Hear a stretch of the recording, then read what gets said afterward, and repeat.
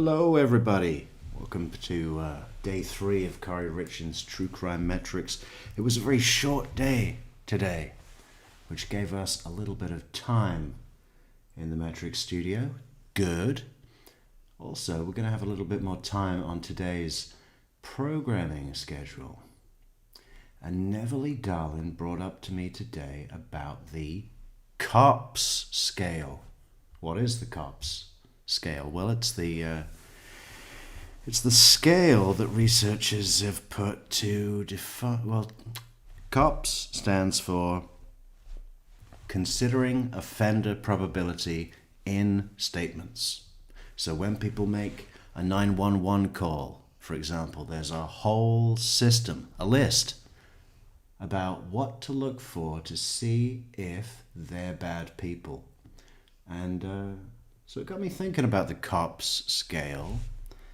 And I think we should compare it to Kouri Richins' 911 call, right? That makes a lot of sense. We can unpack it like that. And maybe part of the body cam material from the first responders, because as far as I remember, there was a lot more there. And if you think about it, the COPS scale isn't limited to just 911 calls. It's any behavior. So that would include the body cam footage material. So we'll have a look at that as well, because I think the courtroom today, even all witnesses will go through each one. It was still only a couple of hours.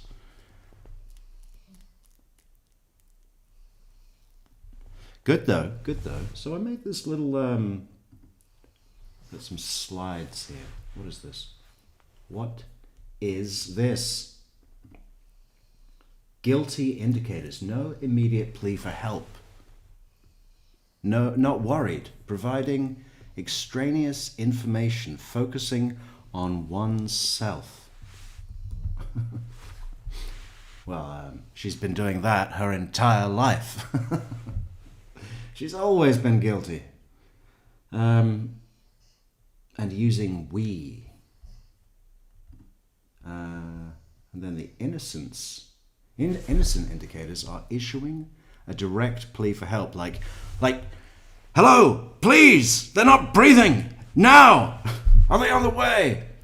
How are they going to be here? He's fucking purple, get here, that kind of thing. We don't hear any of that. And this breaks down into about 3, so what is it? Issuing a direct plea for help, high sense of urgency, and focusing on the victim. Why? He's already dead. When are we closing on the house? I think I'm going to celebrate the house tomorrow. So is he dead or... Okay, so it breaks down real simple, real smooth, right? Check this out. Linguistic and verbal indicators. So use of we instead of I. Callers may use we to suggest shared responsibility or create distance from the act rather than personal, direct action. Like distancing language. They love distancing language, don't they? Remember Chris Watts? I never touched those kids or that wife. I never touched those kids or that wife. I mean, he did it a lot, didn't he? What else? Neverly, we're going through your fantastic idea. COPS. Considering offender probability in statements. The scale all cops should use is called COPS. It's one less thing they need to remember because they're so into the investigation. Keep the brain open. Excessive use of just. The word just is frequently used to downplay actions such as, I just got home and found her. She fell on the knife. So is she dead yet? Or lack of immediate plea for help.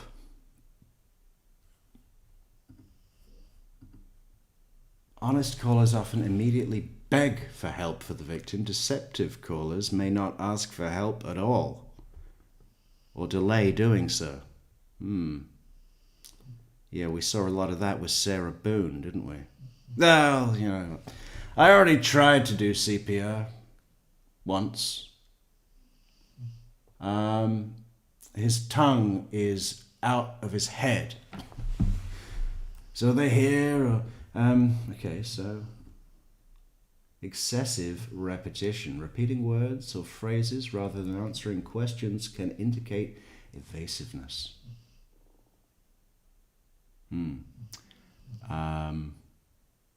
Now I'm just thinking Stephen McDaniel.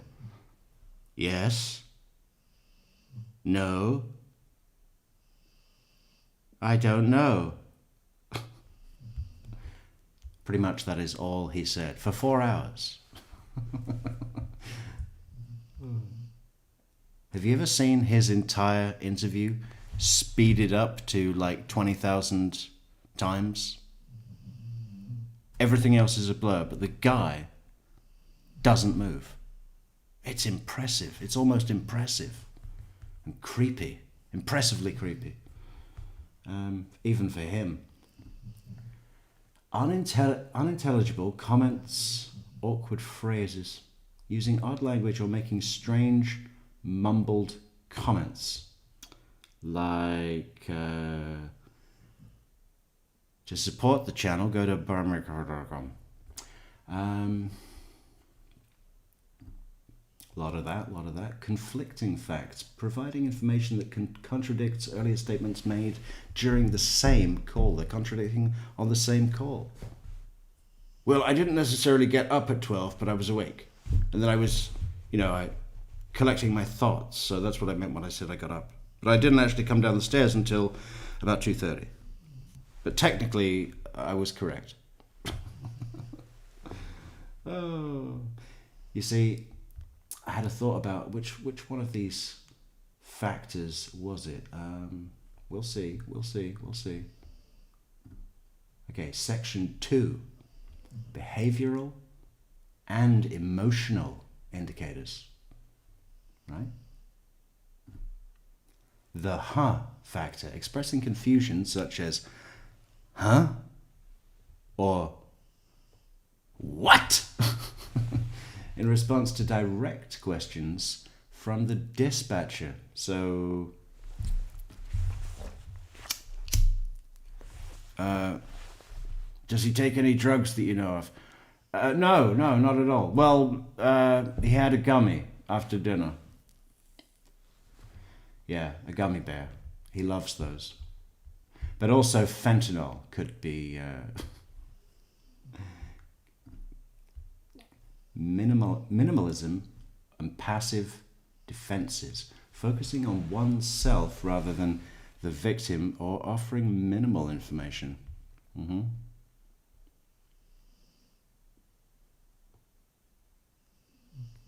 In some ways, a lot of these are almost the same, aren't they? But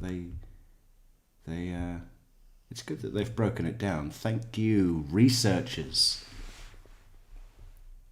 Blaming or insulting the victim. I'm trying to think. Who does that?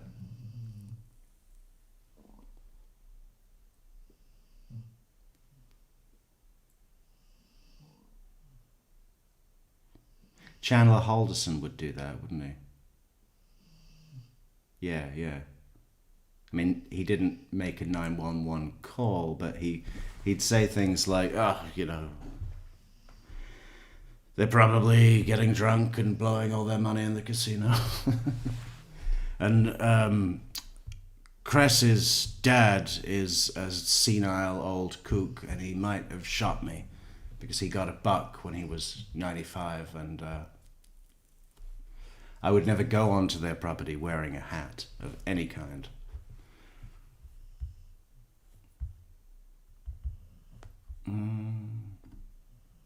excessive emotionality or lack of emotion. So either way, any end of the scale. If it's not a healthy, Fucking A, bro. I'm not fucking Boom. fuck up where fucking with me. Uh-oh, where's our badge? But I know what time that says it is. That means it's coffee time, baby. Who do we need to thank? We better check. Check while the coffee is hot, right?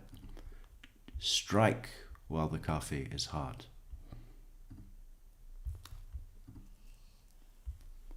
We need to thank Spill the Crime Tea. Well, thank you, Spill, for this. Excellent. Good job. 3 cups. Excellent.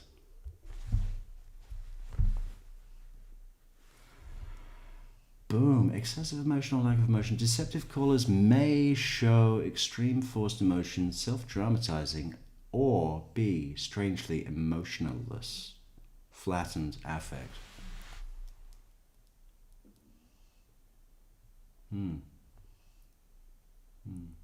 We're going to play Kouri's call in a moment with her body cam material. Overwhelmed behavior, appearing overwhelmed, panicked, or unable to provide a coherent, structured narrative of events.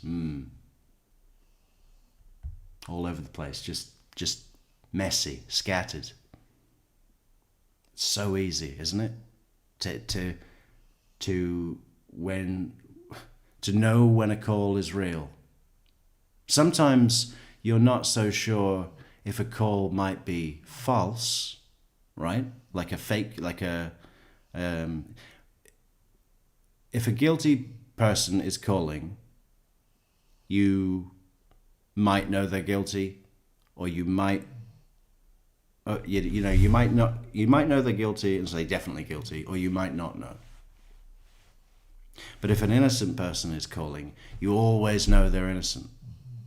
There's hardly any ambiguity. I mean, maybe not always. Usually.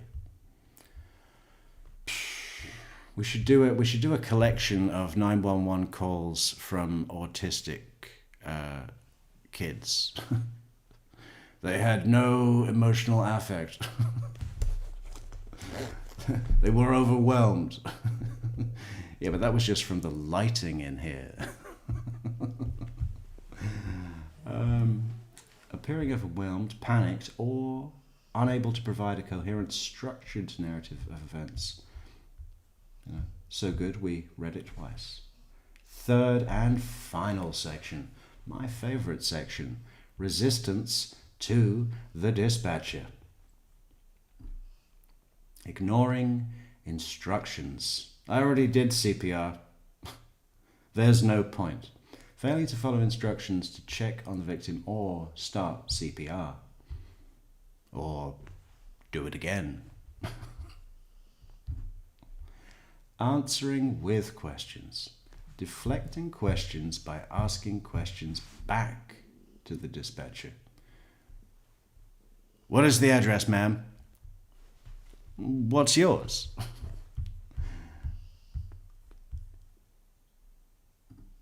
Oh no. Well, which was the slide? What was the point I wanted to make? The point I wanted to make. Let me see if I can find it. Which one was it? Well, I'll look over here. That'll be quicker.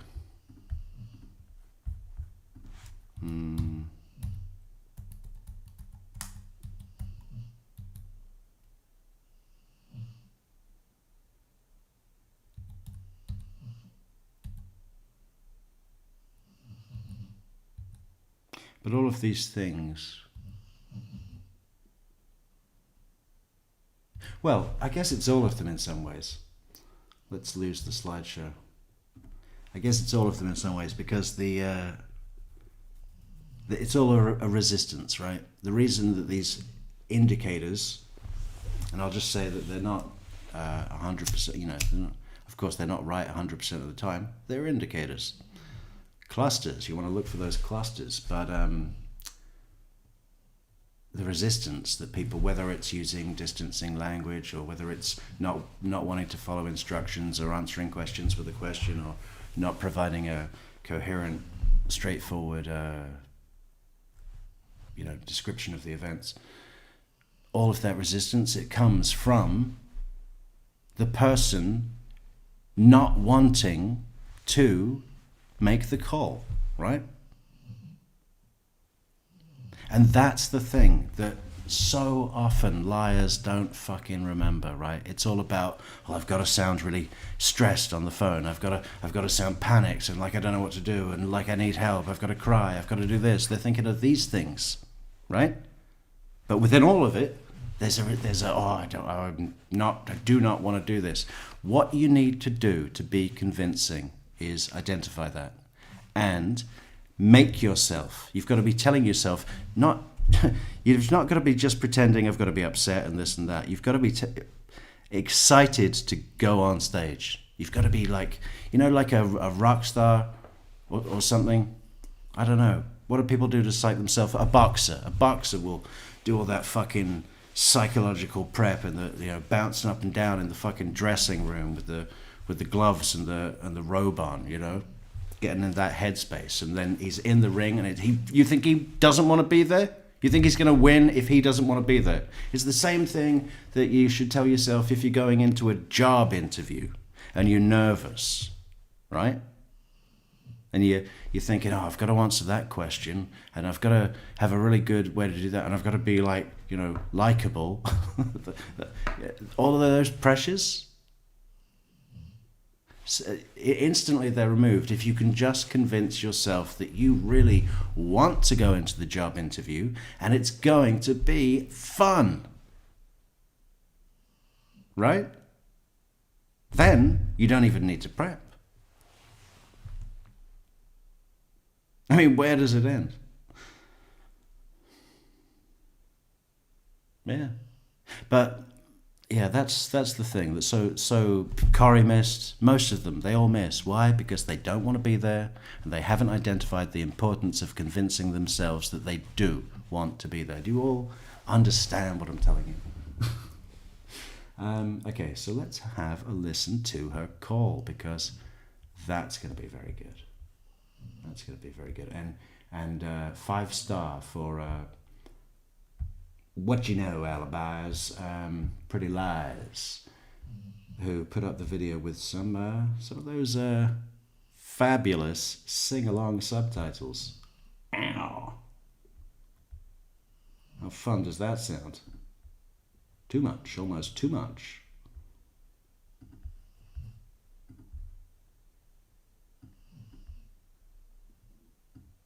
Fuck off. 911, what's the address of the emergency? My husband's not breathing. He's cold. Okay, what's the address?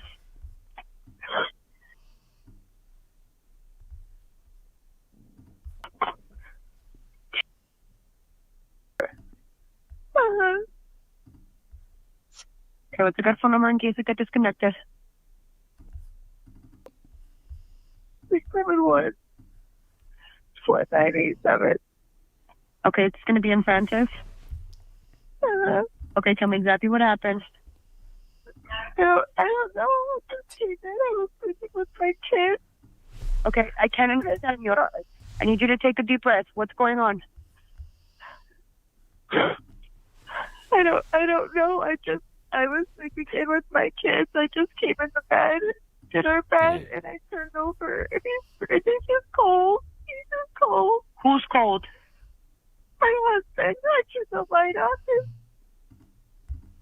And he's not breathing? Okay. He's not breathing? I need you to confirm it for me. Is he not breathing?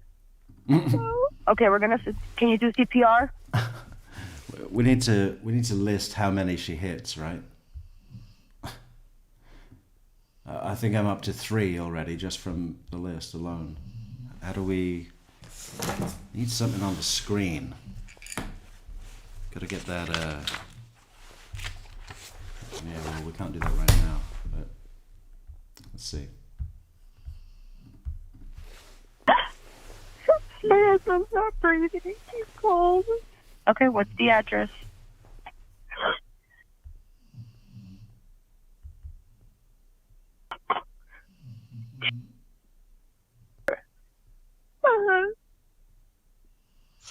Okay, what's a good phone number in case it got disconnected? 671 4987. Mumbly statements. That was in there, wasn't it? Mumbly statements. So we've got mumbly statements.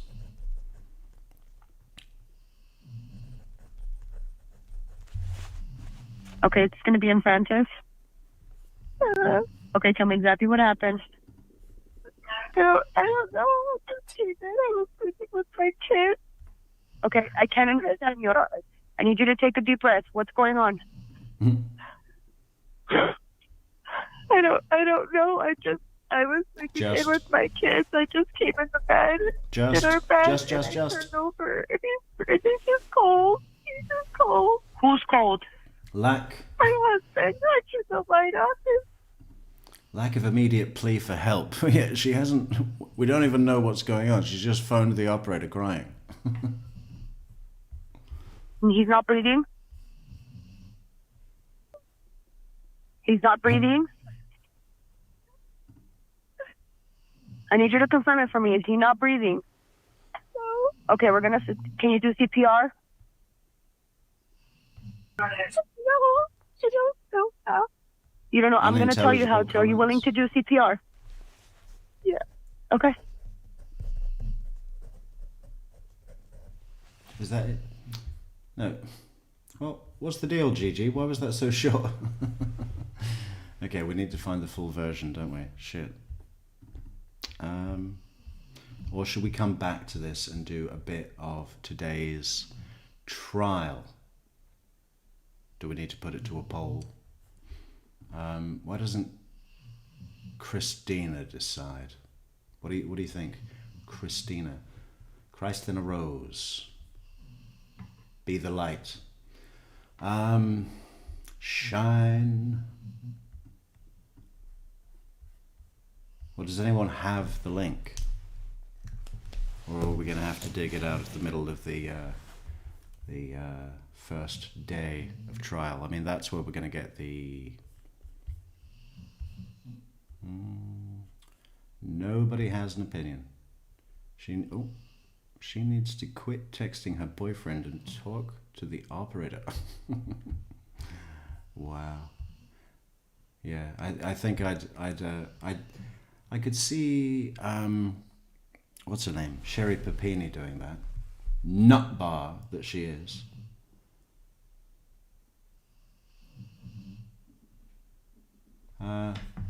Yeah, I think we'll do some of today's trial, and then we can settle in and we can say hello to the chat. Hello, Spacey, Samara, Linny, Riding Shotgun, Christina, Linny, and everybody.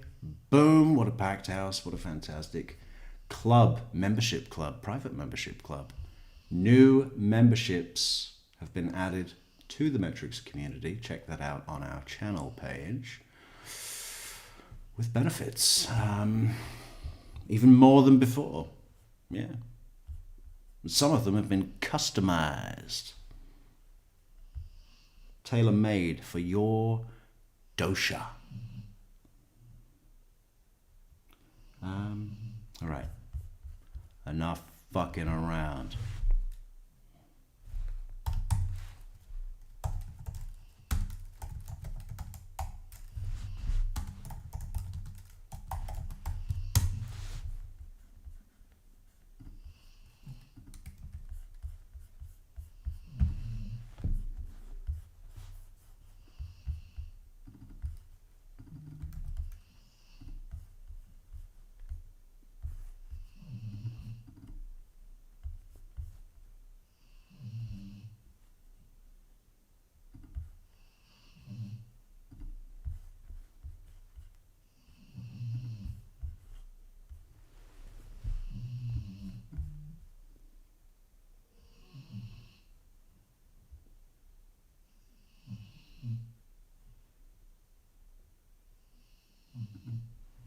Please proceed. I also do plan on doing an analysis of Kouri Richins' daily choices of attire. I think that's a really interesting part of the just justice process in general, is what defendants choose to wear, right? I mean, do we have to ask any questions about what Donna Adelson was trying to do other than look like your average sit on the porch with a jigsaw puzzle eating a bowl of canned peaches grandmother, Tallahassee grandmother, the kind of woman who would make cotton candy in her own home for all of the neighbor children. Oh God. Yeah, I mean, defendants' choices of clothing choices for when they're sitting in trial, I'm convinced that it's a huge, it might not necessarily have the desired effect most of the time. I'm sure it doesn't. Look at librarian Jody. Didn't get her far, did it? The only books she's checking out now are from a prison library. God, you know, down in, what is it? Perryville. I think it's Perryville in Arizona, the women's prison. They get a lot of fucking art supplies, don't they? Those photographs of... Anyway, we are getting so sidetracked. Fashion choices, defendants, and also defense attorneys. May it please the court. Good morning. Good morning. Ms. Gibson, you and I have met before, but just for purposes of the jury, again, my name is Kathy Nestor, and I do... Is the video loud enough? Because I noticed that we've got minus boost. represent Kouri Richins along with my co-counsel. So I wanted to start by just...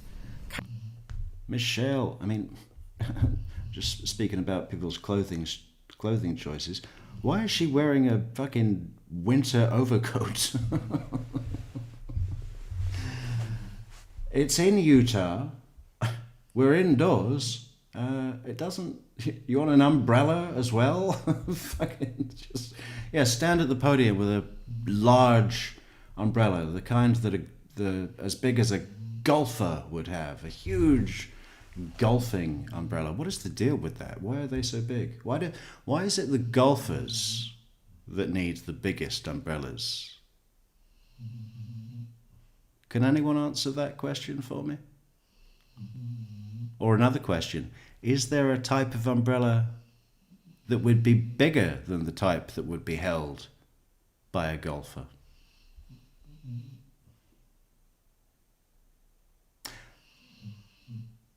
Maybe it's because if you're playing golf, you must be rich, and you have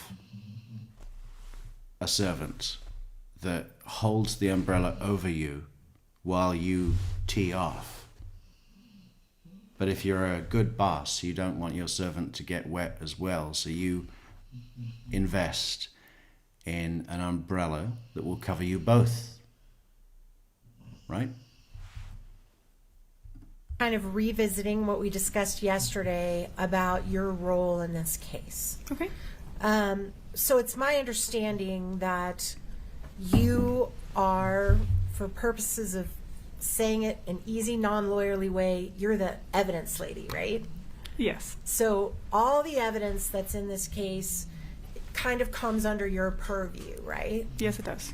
And you're responsible for being told when it's located, right? Correct? If possible, photographing it where it's found. Yes.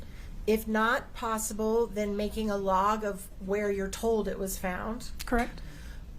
Keeping those logs, safe and secure, right?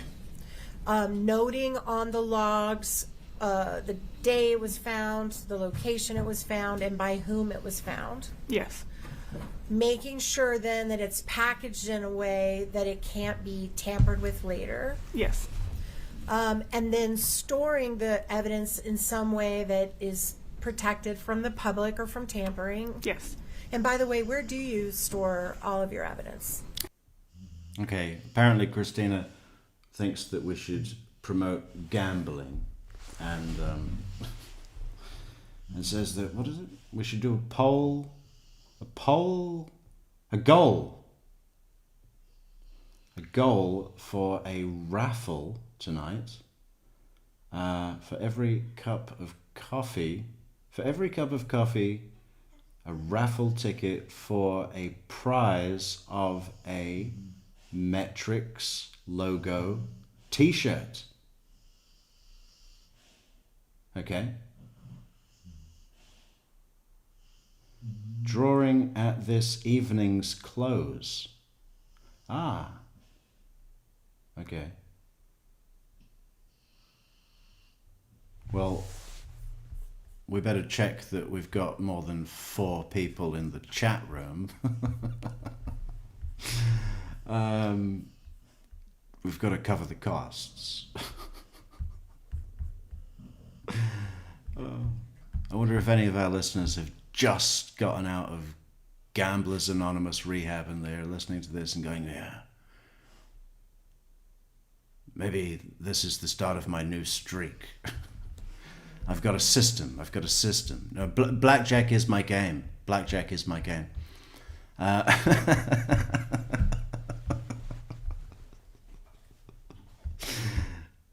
Yeah. No, I only bring what I can afford to lose. It's fine. Same guy, fucking late, 3 o'clock in the morning that day. He's wandering around the fucking casino, wired, thinking, well, maybe if do you think that guy will lend me $100? No, with the $100 I can turn it round. I'll get it all back.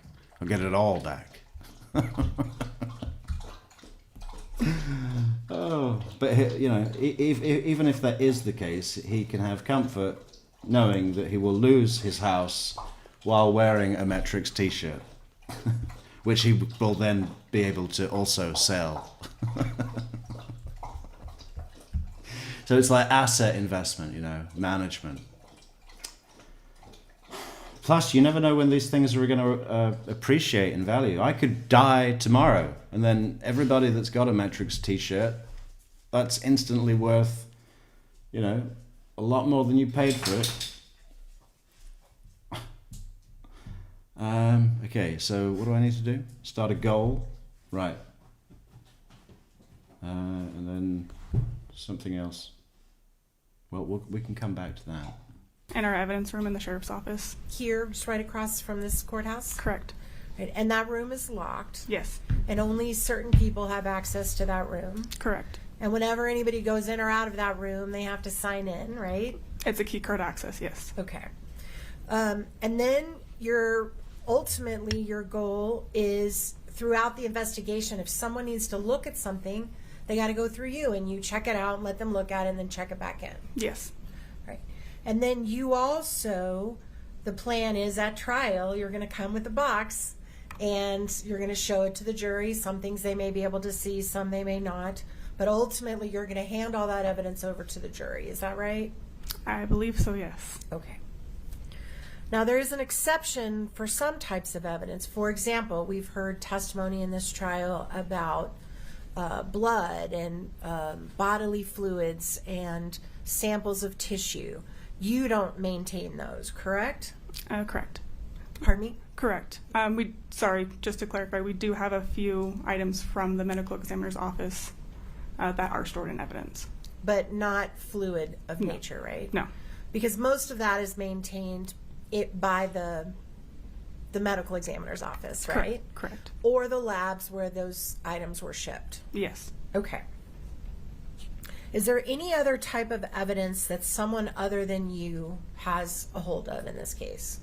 Not that I know of. All right. So one of the pieces of evidence that you are responsible for gathering in this case included the 911 call. Is that right? I believe so, yes. And tell us what you did to obtain that call. I believe I was booked into evidence on a Well, thank you, Michelle, for promoting dog coffees or soup bones for the dog. Look at that. Fantastic. USB. On a little thumb drive? Yeah.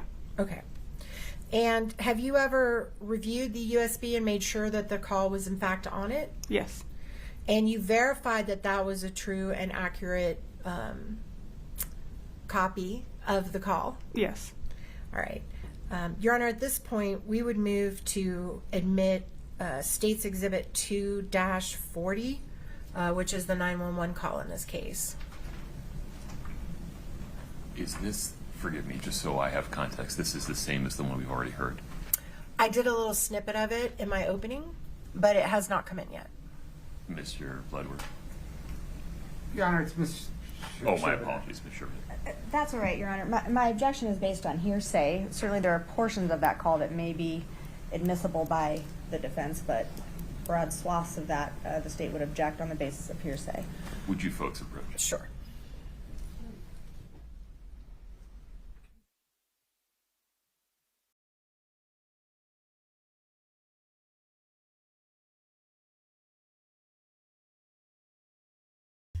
So, but for all you gambling addicts, we might have a problem. We might have a problem. Do you remember what was it called? Sweepstakes. All those commercials where it was like, oh, call this number now and win a vacation to Sandals. And then in the small print at the bottom, it said, or if you write to us with your name and address, you can enter the competition for free. And the reason they did that, because what they were doing was not a raffle. It was a lottery. Fucking A, bro. I'm gonna fucking fuck up whoever the fuck you fucking with me.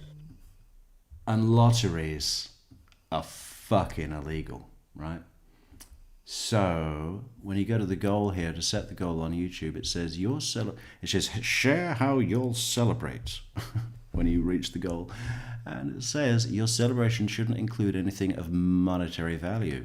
Learn more. I better check that.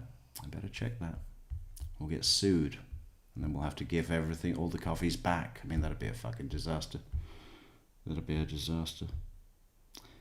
I mean, people should just buy coffee and not get a t-shirt, or get a t-shirt as well, but pay for it yourself.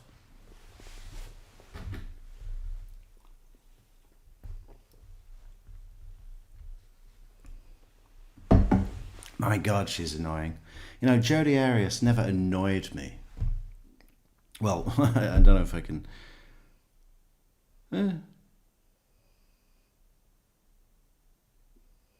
mean, I know that a lot of people shake when they just see her, but I mean, oh, cool. Oh, cool. That's the first time the dog has barked on. Michelle, you made the dog bark with 3 soap treats for soap at buymeacoffee.com/soapdogmetrix, where she will be producing content soon enough.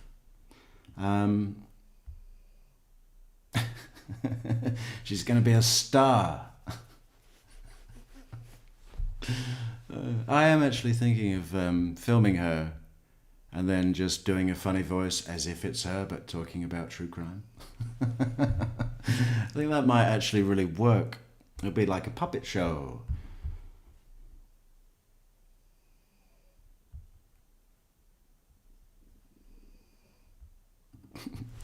It's always so funny when they're leaning in, isn't it? At the sidebars like this, it looks like the judge has got some really good gossip.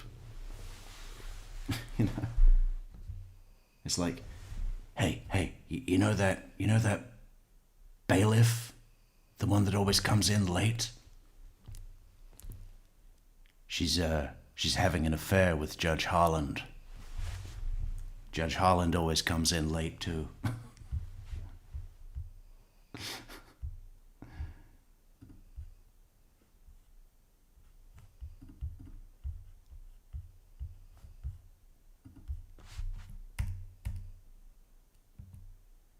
here he is again. The way he's always sitting to the side, it makes him look like suspicious, doesn't it? And then the mustache as well. It's like he's a spy. it's like he's a Russian spy, and he didn't get the note to say that America doesn't have big floaty mustaches anymore. Unless you're a hipster, which he clearly isn't, and doesn't even live in San Francisco or Eau Claire, Wisconsin. This guy, you think he'd pay $8 for a blueberry muffin? No way. No way. He'd be like, time was you could get toast, coffee, choice of breakfast meat, eggs, and still get change from the nickel.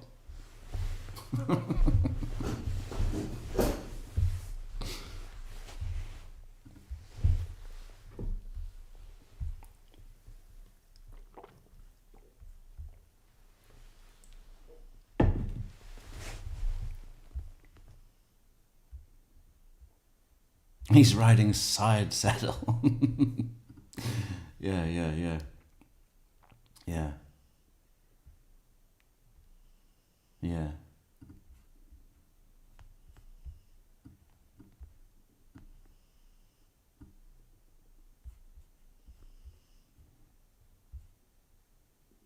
Maybe he was in a war and got his nuts shot off. I think if that happens to you, you should be able to have any mustache you want. Sit however you want.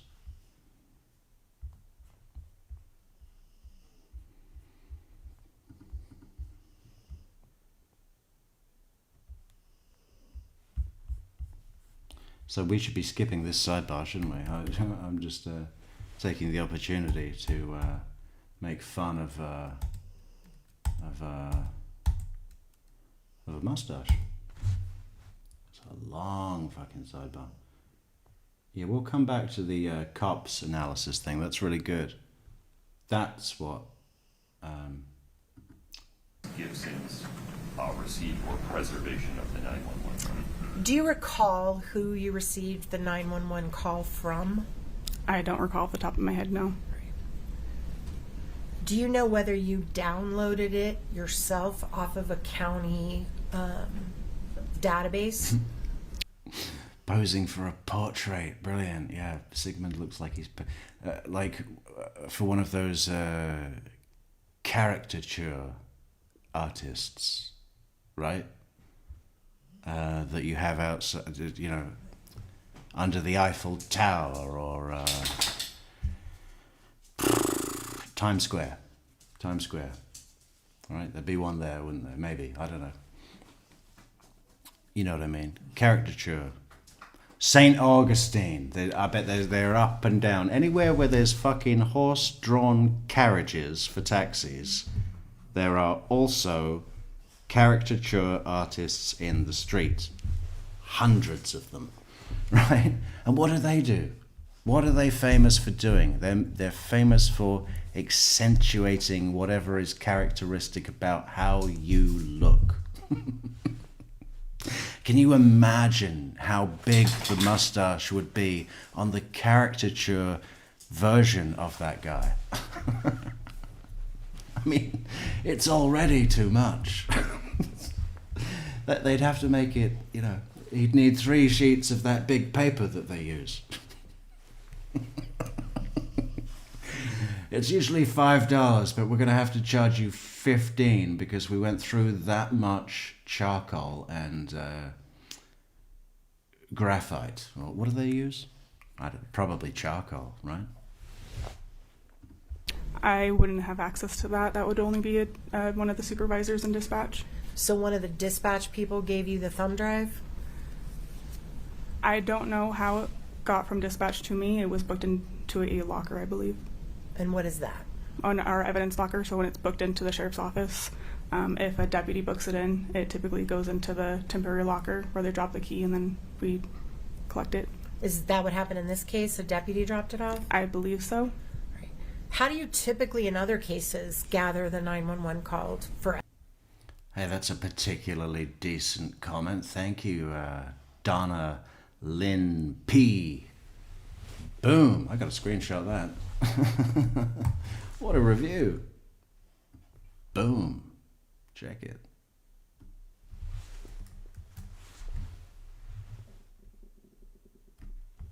I'm not going to read it out.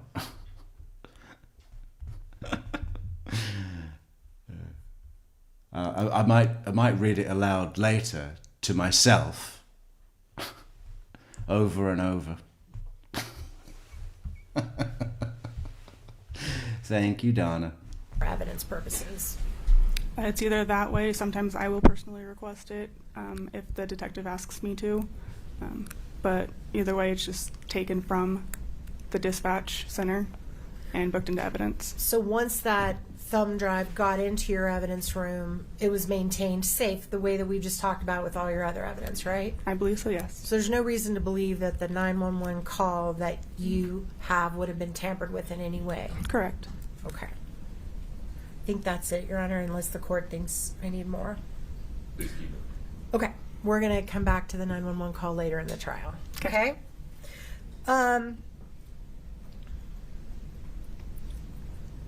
Court's indulgence for just a minute. And we're going to come back to the 911 call in this video. I've just got to, let's just play this out. Let's just play this out. I've got to put a couple of things together here. Of course.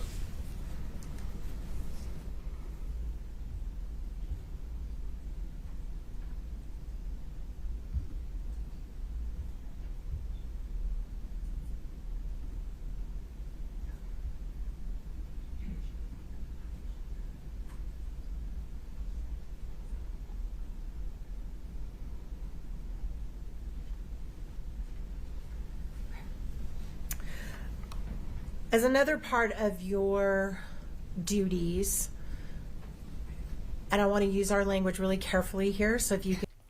By the way, Neverly, we have changed providers since then. That was the. Hang on, what is playing? Is this my phone? The fuck? Something. There. Horrible. Shit, what was I saying? We used to be with evil, horrible company, Teespring, but now we're with the best company, the best merch. Everything that they do, their packaging is even nice. Oh, just so on time, even early. You know, even better than on time. Just wonderful. Reliable, consistent. God, that Teespring company. What a terrible thing that was. But it's gone. That's past. That's old. Could match my language, that would be helpful, okay? Okay. Were there calls between Ms. Richins and her family that you obtained recordings of? Can you clarify? On about a weekly basis there for a while, were you downloading calls between Kouri Richins and her family? Are you talking about jail calls? Your Honor, move to strike and need to approach.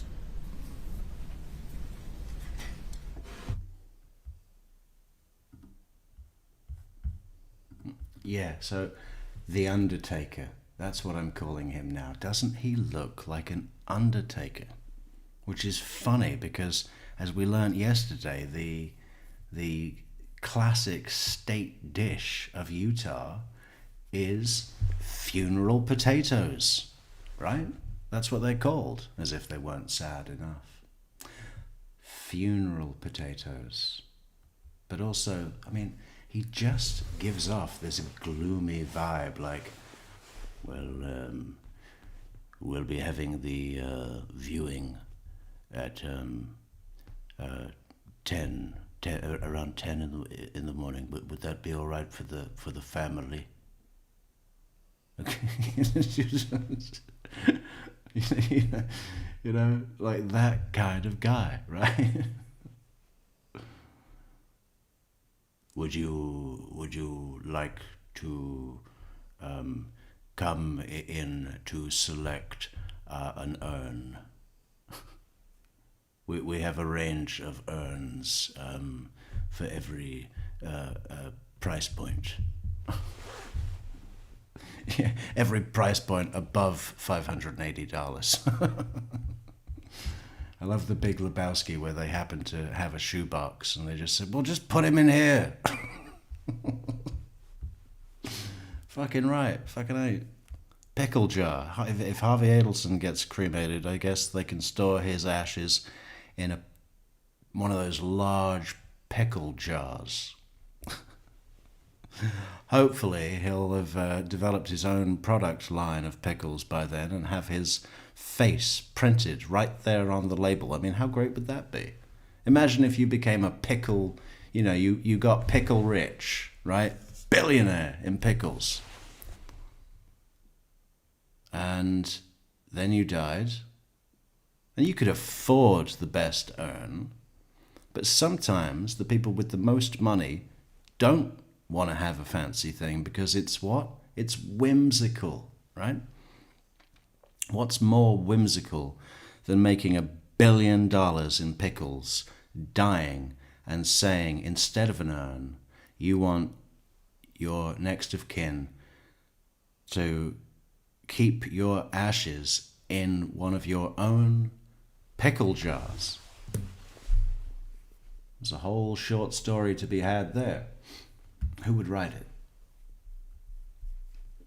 I'll have to do it myself.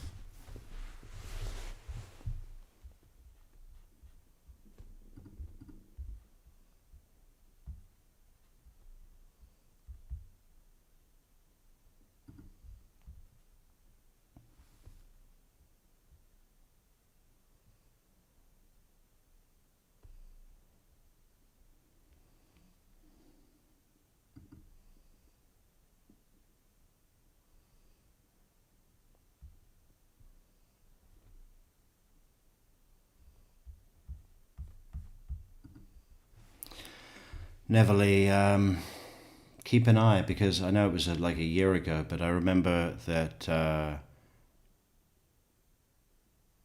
somebody, I don't need to say who, got a refund like 6-8 months later. And they owed me like $200 or something, and I'd given up on them. I thought, oh, they're fucking, I was thinking to start a class action lawsuit and head it up. But, where would I find the time? But I'd given up, and then they paid me like, it was at least 6 months. So, I don't know what kind of situation that company's in, but it might come. Hopefully it will.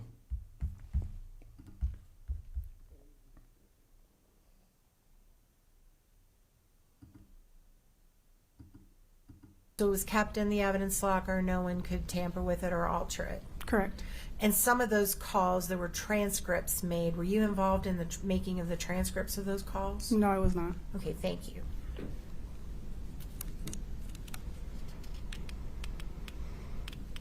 All right. So I'd like to go through with you kind of a timeline, I guess is the best word for it, Okay. of your activities on this case. And I'm not going to retread what Ms. Shervanak already covered with you. I'm going to try to talk about things that she didn't cover so we don't exhaust the jury, okay? Okay. So I want to talk first about the night of Mr. Richins' death, when you arrived on the scene. When you arrived on the scene, you did mention there were already people present, is that right? Correct. When you were there, were they still conducting CPR, or had they ceased their efforts to try to revive Mr. Richins? Michelle says, is anyone else getting a gay vibe from him? And I am all for anyone who is gay, no problem with anyone. Michelle, you live in the city with the fucking Naval Academy. You think everyone is gay. They were not working on him, no. So at that point, you knew this was going to be a death scene, right? Correct. Okay. And was there somebody In on the the scene that was Navy. giving you Do-do-do-do-do-do. tasks to complete, In the or were you just Navy. using your best judgment on what you needed to do while you were I was there to assist Detective Woody. So Detective Woody was the individual that kind of told you what she needed from. Why do I think Detective Woody is funny? I mean, it just sounds like a cartoon character, doesn't it? Detective Woody. Woodpecker. Woody, or the one from Toy Story, right? He was called Woody, the character played by Forrest Gump. He was Woody as well. Where's Detective Buzz?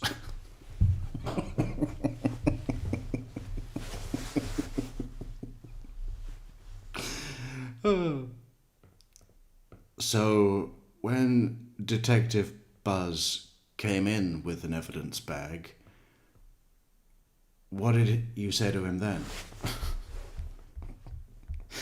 I said to infinity and beyond. You at the scene. Correct. And when you first arrived, what was it that she said she needed your assistance with? I don't recall her exact words, but to assist in documenting the bedroom. Okay. And you did that, right? Correct. Okay. And one of the pictures that you took was admitted yesterday.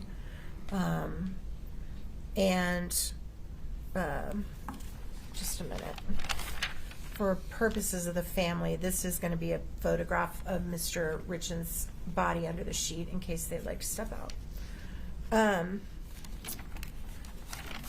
Can we pull up Exhibit 1-7 that was admitted yesterday and publish it, please?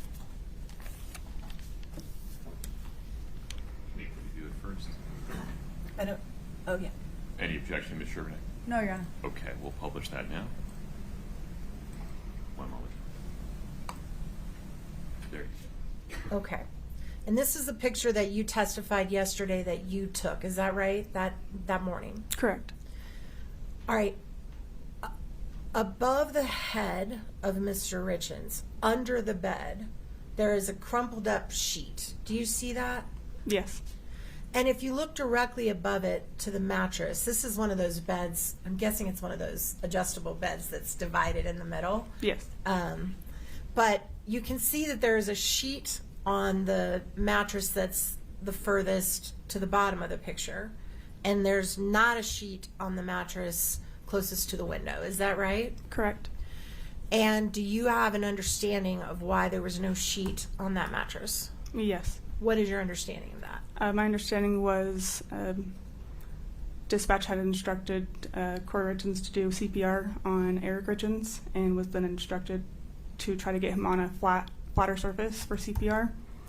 In order to do that, especially with a male, they're typically larger in weight, and so she instructed her to pull off the sheet in order to get him off the bed.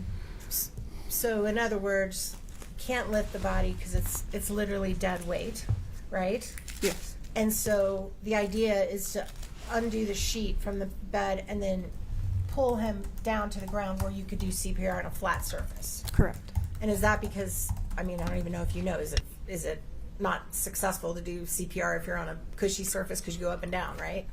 Yeah, it's typically a little bit harder on the person. Okay. All right. And is it your understanding that the sheet that's crumpled up under the mattress that has no sheet on it, that's the sheet that he was pulled to the ground on? I believe so. All right. And did you examine that sheet before it was put into evidence? I don't recall how much I examined it, but I looked at it. Do you still have that sheet in evidence? Yes, we do. Right. And is there any blood on that sheet? I believe there was on this. So if there was testimony here by EMTs that blood did not start coming out until after the EMTs were there, is it fair to assume that the sheet was under Mr. Richins when the EMTs were working on him? Okay, so I did create a goal. You want a free t-shirt? Enter the illegal lottery. Enter the illegal lottery. How do you do that? Well, you send us a super chat, or you get us a coffee, and then at the end of the show, we'll look at all the people, and then one of them will be selected at random, and that person will get a free t-shirt. Great, and they're really nice. We've got a range. There's American Apparel, and there's one that's 100% organic cotton, and there's one that's classic, but really good classic. Good material, so soft, and the stitching, high grade. Can you rephrase like the sheet Well, let me underneath ask him? this way. Why did you feel that was an important piece of evidence to gather and keep? Because it was where he. Do you think when this lady made the decision to do that to her hair, that she, that it went how she had in her mind?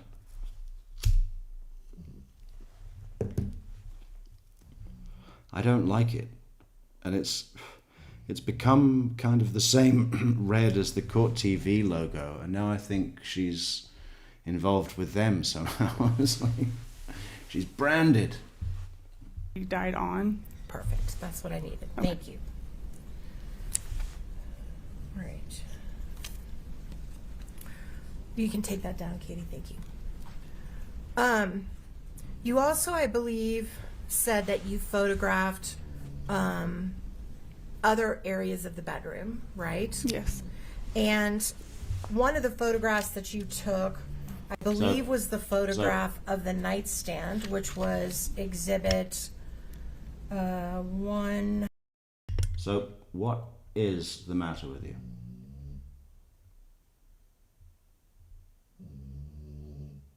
I demand quiet. We all do. We deplore noise in this studio. 9. Can we please publish that to the jury? Exhibit 1-9. It was admitted yesterday, Your Honor. Oh, thank you. I gotta get a screen on this thing. Okay, and that's the picture that you took as well. I even dislike their phone stand. Is that a thing now? I mean, I just couldn't do that.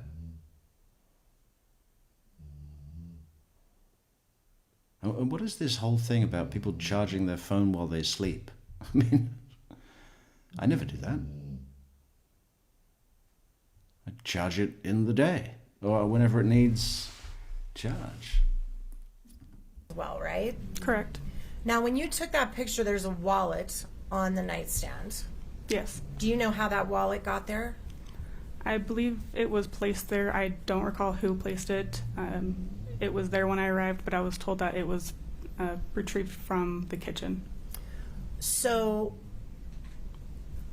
is it fair to say then that anything under that wallet that might have been residue on the nightstand could have been altered or changed by placing the wallet on the stand that night? Not by just placing the wallet on top of an object. Did you ever pick up the wallet and photograph what was underneath it? Yes, we did. You did pick up, and where's that photograph? I believe OME Sessions documented that. Okay. And did you open the drawers and photograph what was in the drawers of the nightstand? I don't believe so, no. Were you aware at that point that a hydrocodone bottle had been removed from one of the drawers? I didn't know where it had come from, and it was taken with the decedent. Okay. So you did not take the hydrocodone bottle into your custody? No. Did you open it and photograph the inside of it? I believe that was OME Sessions. Okay. So you can't testify whether there were pills in it or not at No. the time. No, I cannot. Did you ever recover that pill bottle back? No, we did not. Okay. I thought that was one of the pill bottles you introduced yesterday. Not? No. That was a different hydrocodone bottle? Which hydrocodone bottle are you referring to? So yesterday you introduced a packet, and you remember we came up and you were trying to untape the bottle and looked in one of them, but there was Yeah. another pill bottle with that one. Where were those taken from? Fits in that same packaging from the master bedroom, the master bathroom, like linen closet area. Okay, so the hydrocodone bottle you introduced yesterday was found in the bathroom. That misstates the evidence. Boom. Who is that? I think it might be Just Suze. Crazy Just Suze has just entered the competition. Hey, we've found out that using the word just excessively is an indicator of deception. Just Suze has been our first. At this stage, you've won, Just Suze. Oh no, I suppose we should count the coffees from before as well. That'd be... Yeah. So, yeah. 33% likelihood. Excellent. What are you going to win? Check it out. Boom. Look at that. Range of colors.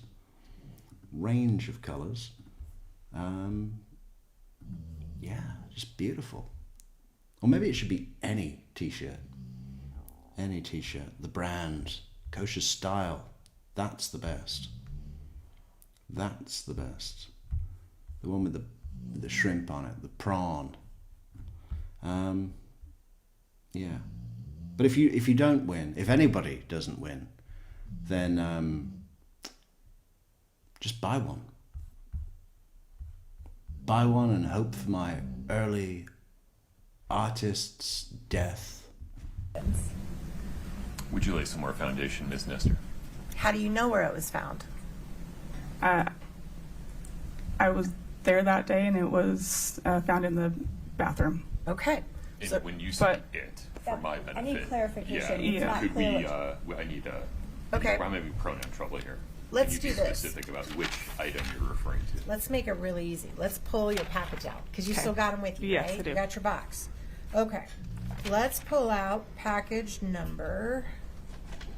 Just a moment. What was that book? Hang on. Was that a book? Okay. Let's pull out. Zoom in. We need all the details, especially about children's books, if indeed that is what it is. So what is that? Man Heights. What is that? Does anyone know? Children's story. Man Heights.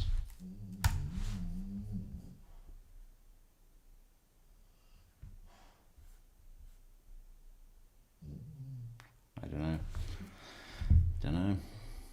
That's all we can see. And then what does it say at the bottom? Well, that's the name of the person who made it, wasn't it? Pilkey, Milky, something. Package number. Just a moment.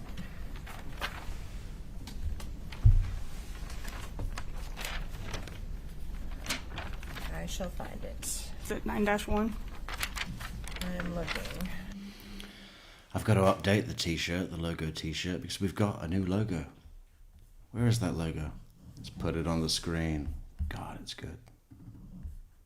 I mean, how good is it? How good does it need to be?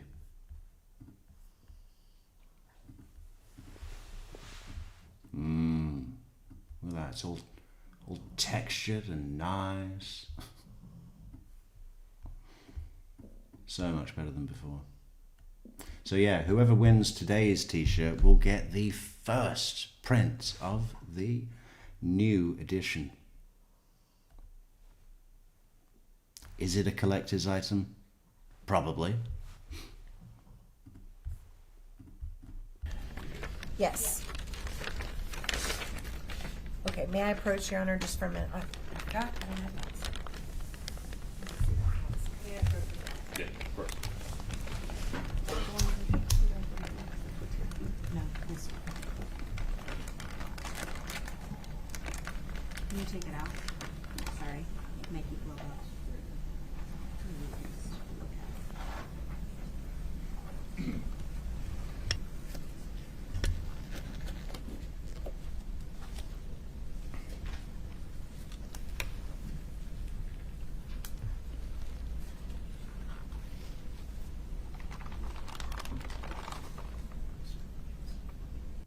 U.S. Common Knowledge. Which common knowledge was that, Harley?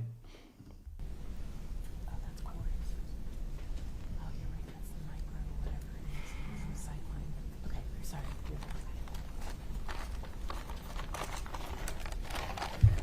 Okay. So that was my Hey, bad. hey. Those are the same fucking gloves that kidnapped Nancy Guthrie. Go on, we've got to come back and have a look at that. Have you seen that latest from the bloody Savannah? Go! It's all gone wild, hasn't it? All gone wild.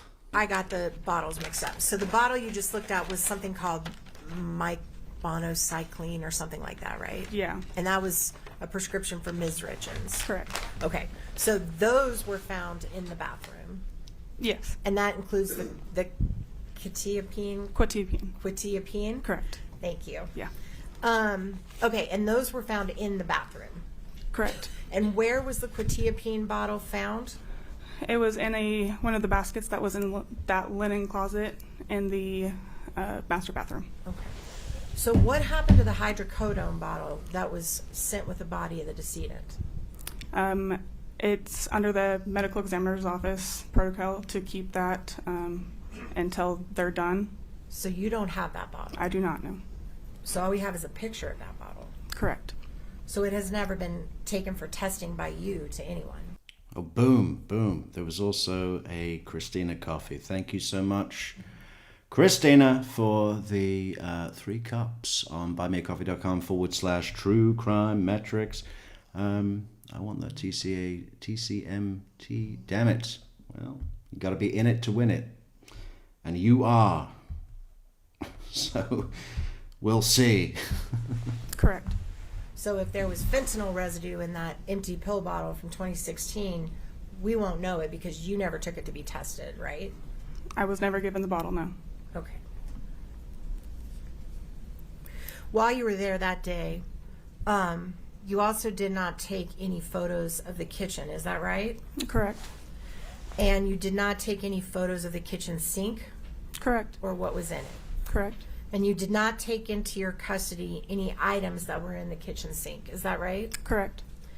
And you also did not take any pictures of the closet. Correct. And later, we've had pictures be introduced. When you did your Matterport walkthrough, we saw an image of a green jacket where the gummies were kind of sticking out of a pocket. That green jacket, you can't say whether that was there the day that you were there or not. I cannot. And just to clarify, I did take, I think, 2 photos of the closet, just not that side of the closet. Okay.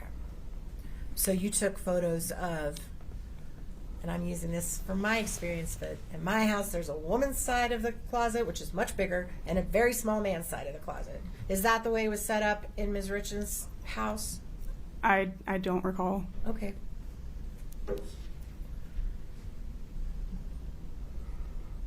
And you also did not go inside the cabinet over the toilet when you were taking pictures of the bathroom and open the cabinet and see if there were gummies in there, did you? I did not. Okay. Also, there was a picture that has come in your Matterport where there was a little dot above the refrigerator where you said that some gummies in a clear plastic bag were found, right? Correct. And you didn't go above the kitchen and open that cabinet and take any pictures that morning? No, I did not. You're referring to the morning of the death. Correct. Correct. Thank you for helping me be specific. I'll try to keep my dates straight. So, since you were personally the one who knows where every single thing was found, isn't it true that all the gummies, with the exception of the gummies that were found in the jacket in the closet, were all stored high up where children would not be able to reach them? I believe so, yes.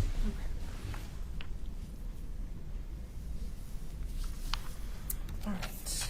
Just 1 second. I think we're going to move to another day.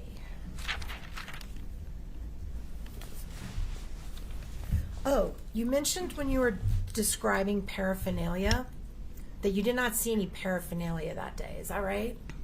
The day of the death? Yes. Correct. Thank you. I'm sorry. I'm going to get better. You're fine. The day You're of the good. death. Correct. And you mentioned paraphernalia is. Boom! We've got another entrance. Is that the right way to say it?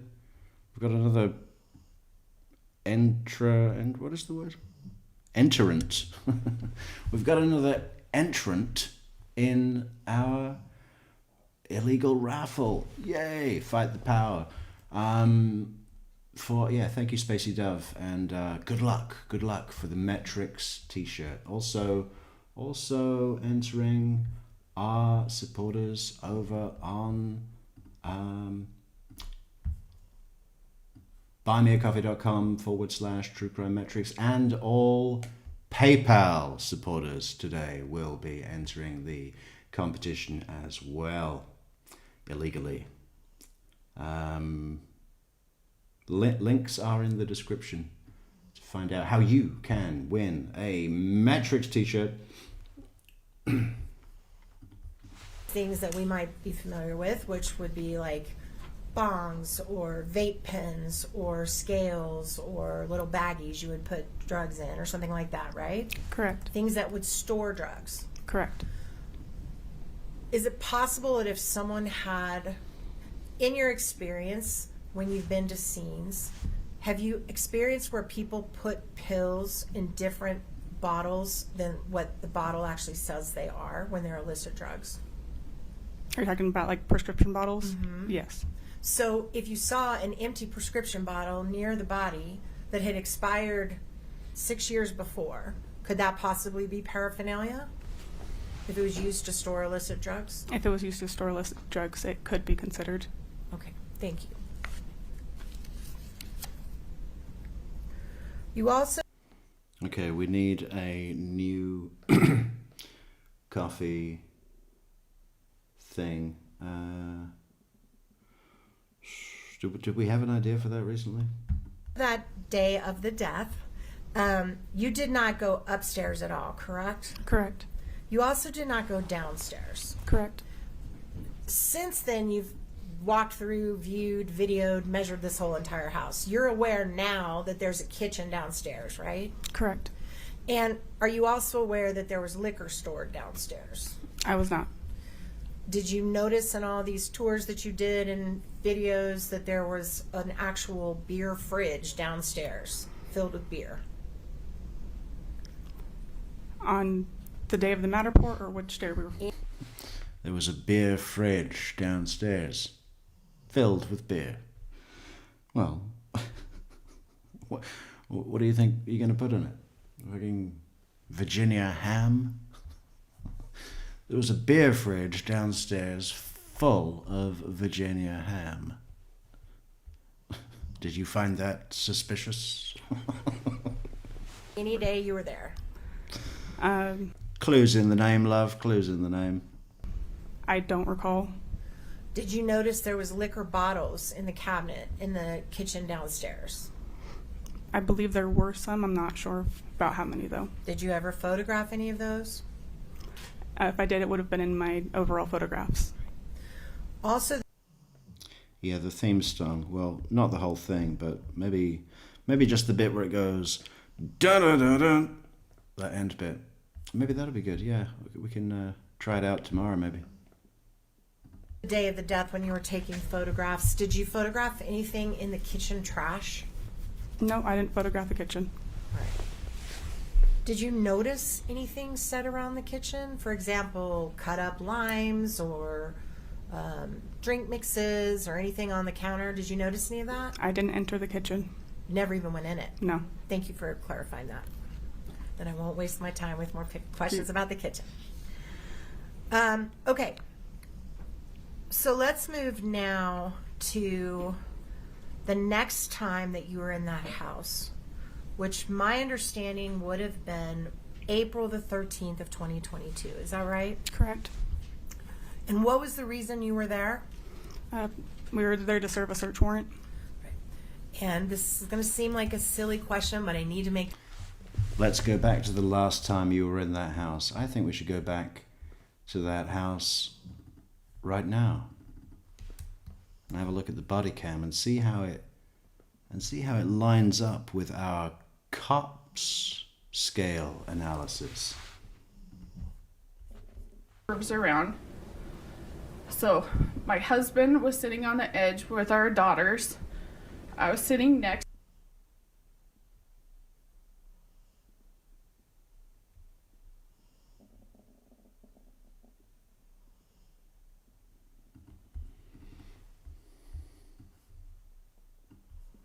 Practice this or you. Can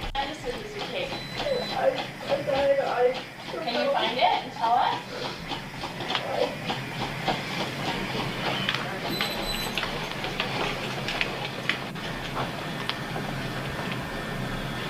Oh, thank you so much, Linny. Metrix, I've got that children's book, Dog, Man, Mothering Heights by Dav Pilkey. I knew it was Pilkey. I knew it wasn't Bilky. Okay, so we've got to fucking order that now, haven't we? We should be getting Annie Guthrie's Book of Dark Poems tomorrow. Maybe. Or next week. But now we have to pick up Dog, Man, Mothering Heights and see what was really going on in the minds of the Richins. Richinses.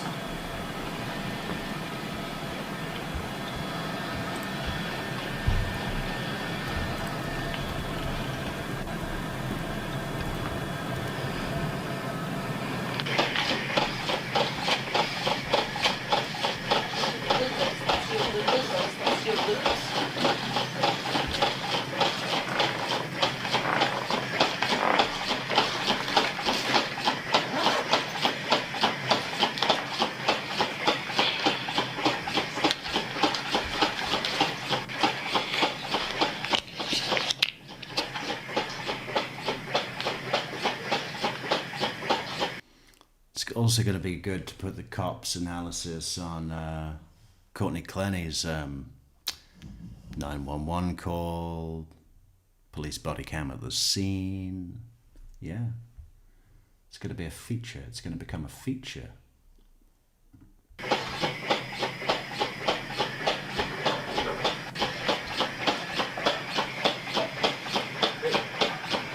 Just like their feature wall. I hate their house. I hate their house. Even the placement of that television. I hate it. It's not at the foot of the bed. It's at an angle. Everything about that room is awful. A black dresser? Really?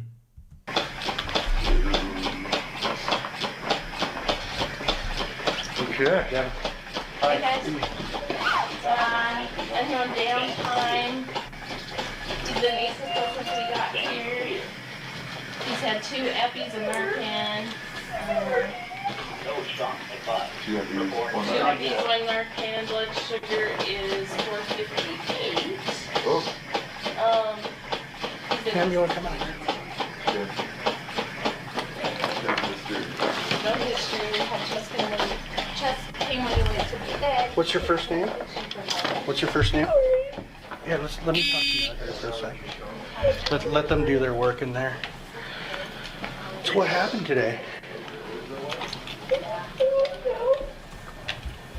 was just fine, we were fine. When you say we were What happened today? I upped the dosage Clearly the sandwich didn't work, so we went with the fentanyl mule. What time did you see him when he was alert? We had a drink together at 9 to celebrate something at work tomorrow. Okay. We went to bed. I went to bed with my kids. He went to bed in our bed. What time did you guys go to bed? 9:30. 9:30. Okay. 9:45. And then what alerted you to him today? Right now. You know, when I just woke up, I always, when I sleep with my kids, I'll just wake up and I go back in my own bed. Mm-hmm. I just crawled over on his side.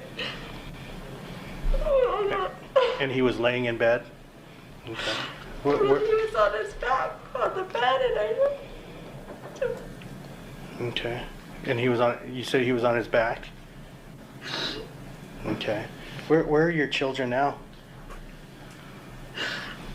Went to sleep in that room. 2 are awake with their ear to the door. I go on, I'm gonna go out. Please don't make me come out. Where are the other 2 at that are awake? No, hallway bedroom. And where's that at? Who's there? First one to your left. Okay. Is there any family members we can call right now? Yeah, I need to call my mom. I need to call my mom so bad. Okay. I think I don't know. 911's still on the phone. I don't know. Here. Okay. I call my mom. Yep. I'll give you a phone right now. Okay. I need to call his dad. He's gonna be okay, right? Like I got in bed and then I just got. Yeah, they're doing their best. Okay, ma'am. Here, you can use my phone.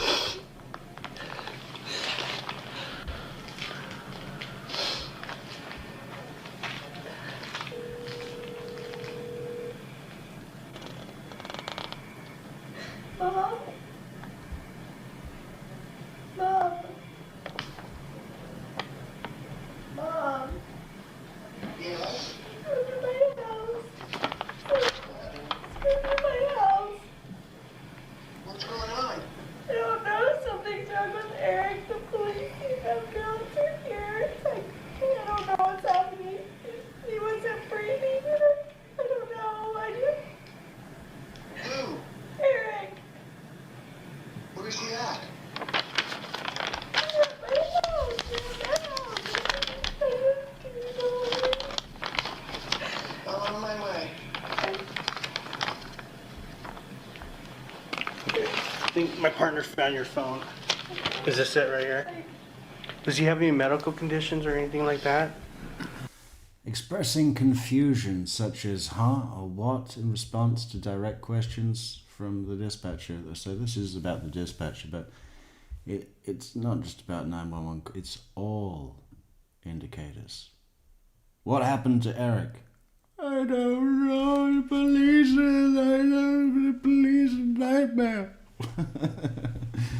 And it's another one. That's also a mumbling statement, isn't it? Minimalization, passive defenses, blaming or insulting the victim. Has she done that yet? Excessive emotional, lack of emotion, excessive emotionality. Well, yeah, I guess. I mean, but also lack of emotion. In other words, I mean, she's both of those things. But you know what? She's not normal range, right? And if she's not normal range, it's an indicator. Big one. A big glaring one. What else? Overwhelmed behavior, definitely. We've regressed into child's posed. Yes, I think I'm going to sit cross-legged on the floor in my pajamas as though it's Christmas morning.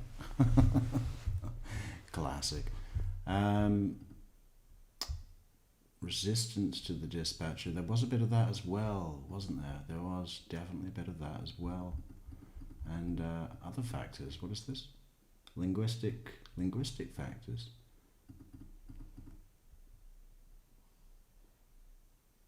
Well, why? No.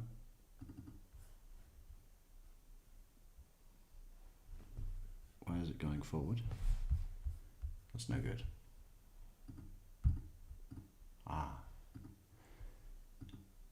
Excessive just. Lack of immediate plea, yes. Excessive repetition. I don't know. Well, many, many. I mean, he has Lyme's disease. Lyme's disease? I mean, but, Yeah. I mean, nothing major, like, Okay. He got So no heart problems or anything like that? no, I mean, he just said his chest was hurt. he got bitten by a tick, and we pulled it off. But I think it had already, so we got Lyme's disease and took a gummy bear. I think when he went to bed, but that's, I mean, not, if he doesn't drink enough water, when he gets on the bike downstairs, I don't know, it didn't. Yeah, he also didn't drink enough water. He went to bed thirsty, and I found him like this. So what have we got? We're building it all up, right? Is that blaming the victim now? Oh, he doesn't drink enough water. I always told him you gotta keep up your fluids. It'll kill you. Did he listen? Did he? Hell.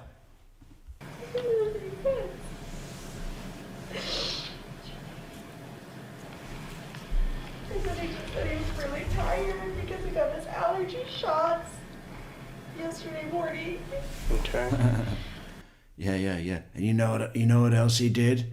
He pet a stray dog. I said, "Don't touch that mangy thing." And he's an animal lover, apart from all the ones that he shoots. But if it's a domesticated animal, he loves those. So he petted this mangy stray dog, and I said, "You'll catch something," and he said, "No, I won't." And then I found him like this. With my son, they go went to Chicago. And then when did you discover him? What time? I got up, I got my phone. It was maybe 3. About 3. Maybe 3:15. Did you immediately call the 911? Yeah, well, I mean, I got up and, as soon as I turned over and he was cold, Mm-hmm. I just felt like something was wrong. So, I mean, I just put the blanket on him because I just thought I should keep our room cold. So and then I sat there for a minute and I just didn't feel like breathing or anything. And so I turned the light on. Okay. Alright, and he just felt so heavy. Mm-hmm. Any COVID or anything like that? We all just got over COVID. Okay. We all And positive and when was that? a couple weeks ago. Okay, so not recently.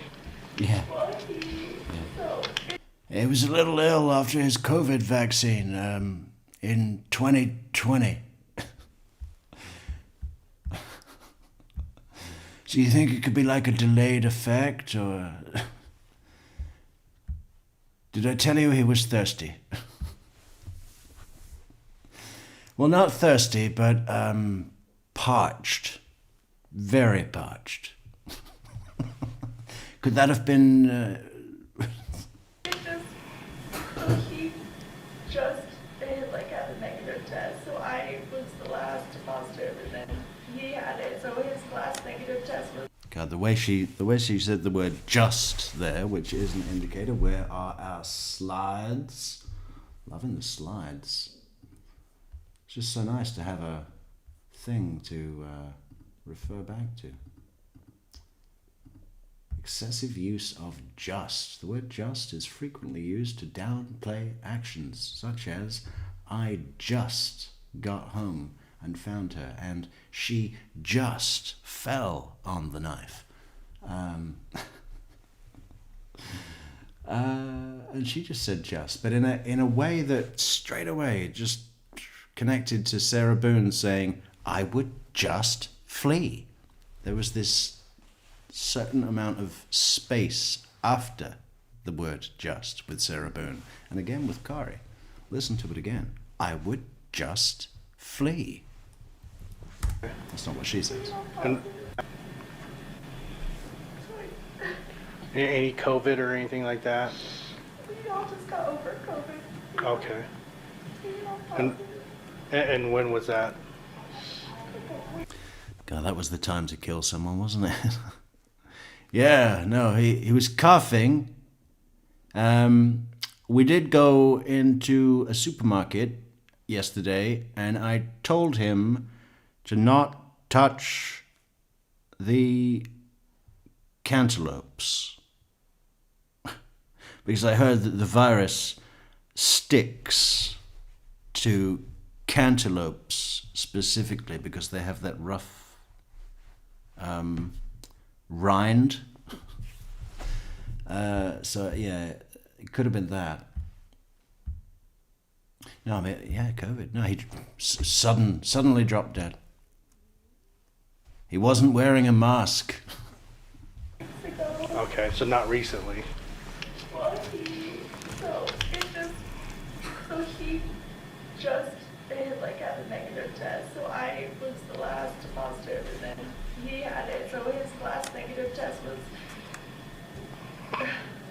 a week ago. Okay.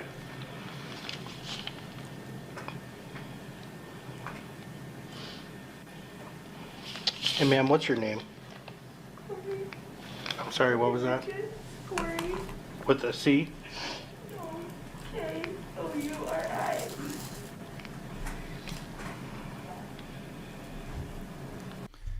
KR.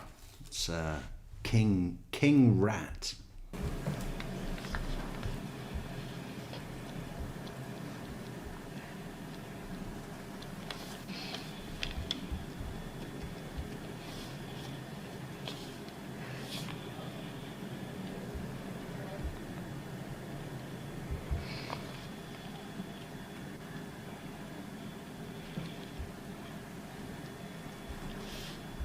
Oh shit.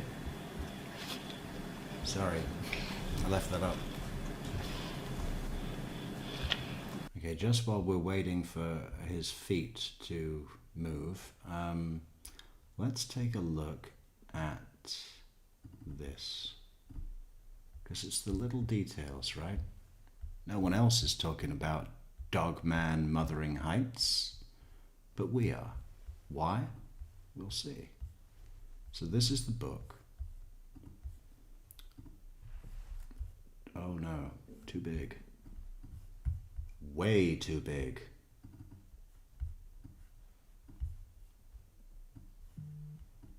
Ugh. There needs to be one button for this. Okay. Dogman Mothering Heights. If you haven't read it already, get it. International bestseller. Creator of Captain Underpants. And what does it look like inside? Well, inside it looks like this. So what do we have here? A little story about what is that, a cat? If you really want to know why I changed from bad to good, it all starts here. This is where my mom and I lived after my dad left. You seeing what I'm saying? Sometimes love... Oh, hang on. We arrived with almost nothing. And things were pretty tough. Sometimes love is so strong. It really does last forever and ever. Are you saying that love is eternal? And even though its metaphysical characteristics may change, its invariable nature will remain pure, inspiring even the most hardened soul to transform into a benevolent altruist.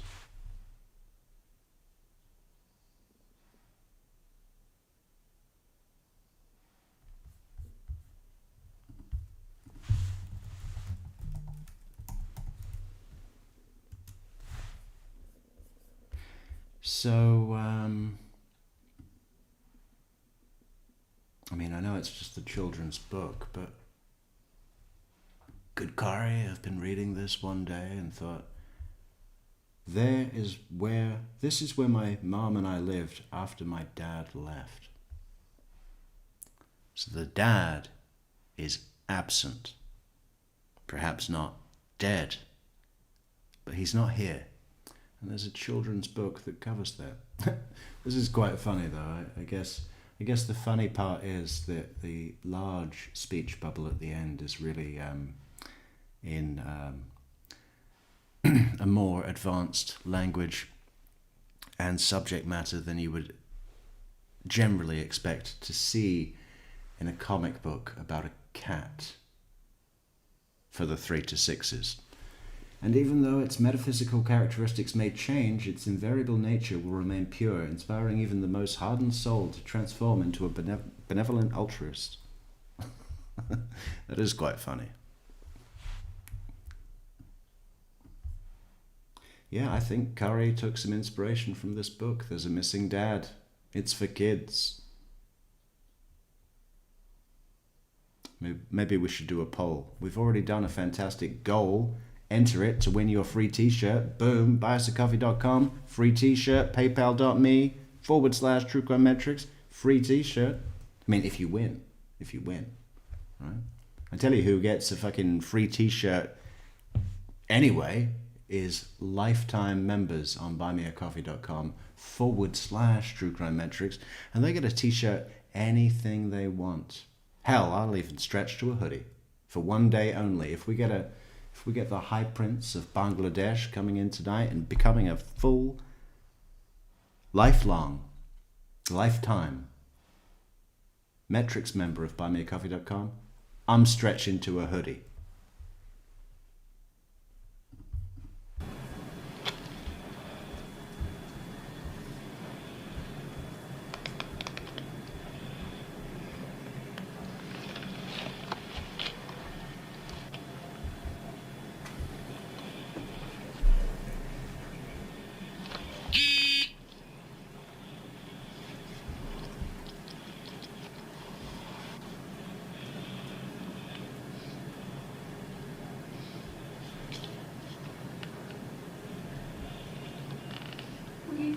Sometimes I'll go pick up gummy before he goes to bed. Mm-hmm. You didn't seem like you did, though. It's like a gummy, as in like a THC gummy? Okay.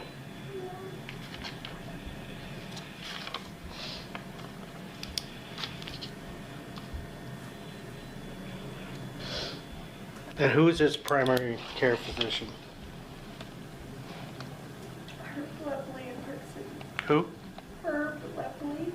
How do you spell it? How's P-L-E-Y. Dr. Herb. Lepley? Dr. Herb. It's fucking Dr. Robert.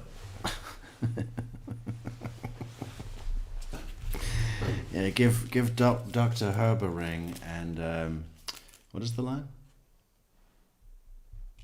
He'll hook you up. He'll hook you up.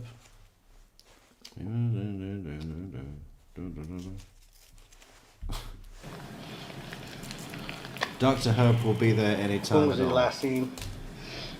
Just had a physical. Like, and everything was fine. When was that? 6 months, maybe. Man, rich people and their physical examinations, huh? You know when I last had one? Never.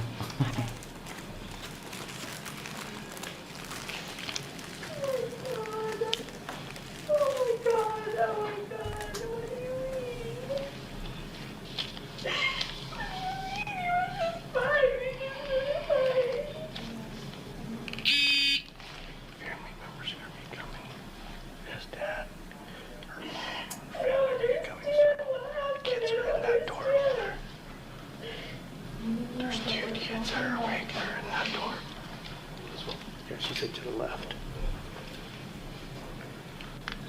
Yeah, I think the one master bedroom. Or the master bedroom.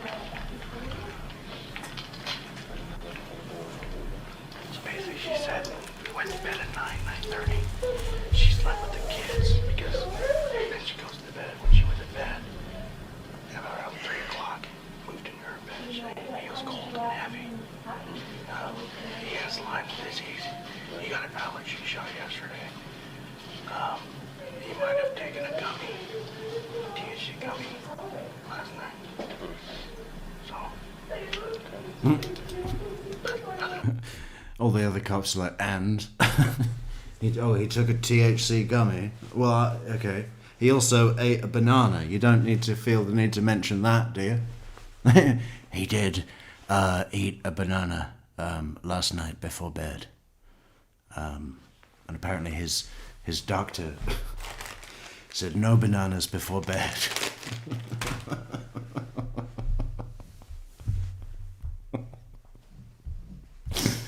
Oh my god.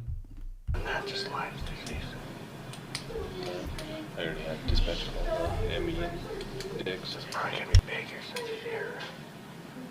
I don't know. Whoever the on-call is.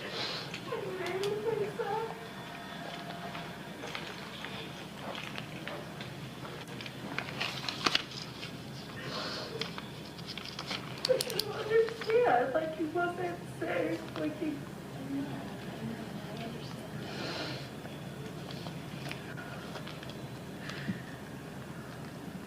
Did you call someone to come here as well? I don't remember. Where are you coming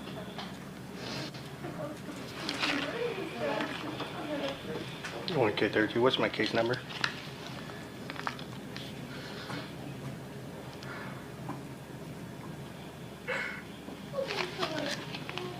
Copy.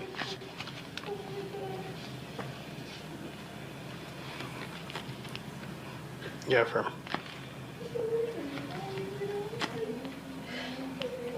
And the complaint's going to be the wife, first name of Kouri.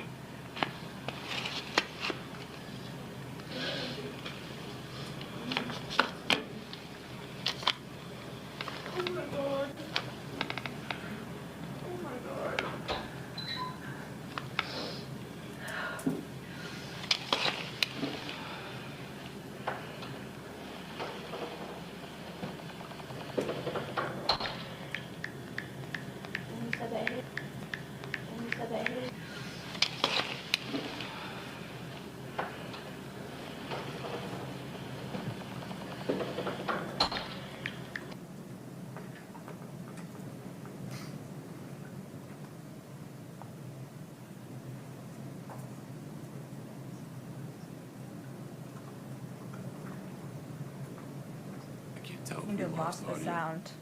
Scott, pause there for a minute. Thank you, sir. Scott, don't change anything for a minute, please. Sorry, one more time, Your Honor. Yeah, don't change anything for a moment. Let me see if I can fix this from my end.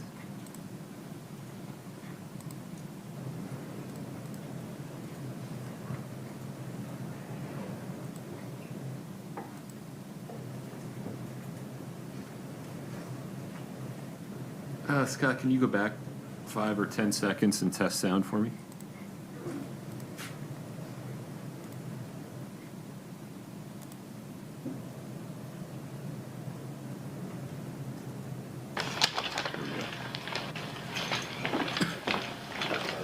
We're good. We're just waiting for our Emmy, OME, and our detective to show. Yeah. I'm wondering if he had an aneurysm or something with all the blood.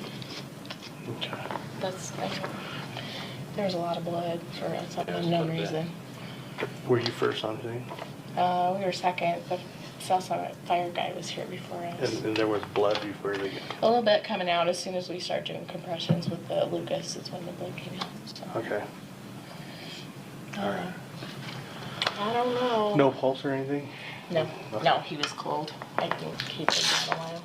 Not a long time, but he'd been down a minute. He was asystole the whole time, so. Okay. All right. Yeah. Bummer. Pretty young. Yeah.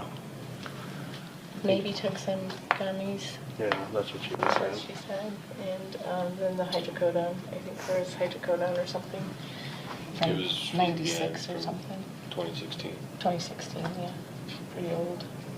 Did he take that? We don't know. It was It's sitting in- there though. It's in the drawer right there.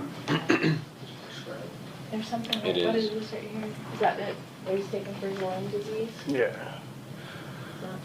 Sergeant looked at it, said it was built in 2016. Yeah, that one. Is that under his name? I think he sleeps on that side of it though. With what? I don't know. That might be hers. Is it in It's his his. name? Oh, it's his. Okay. But it's empty, right? Or something like Yeah. that? Maybe we gave him Narcan. That would have, if he would, you know, search pipeline in there. And then you arrived, he was already on the floor, right? Yeah, she had pulled him down to the floor. Kouri? I'm gonna need to ask you some questions real quick, okay? Has he ever been in the military? No, No. Does he use tobacco? no. No. And what does he do for a living? He owns a stonemason company.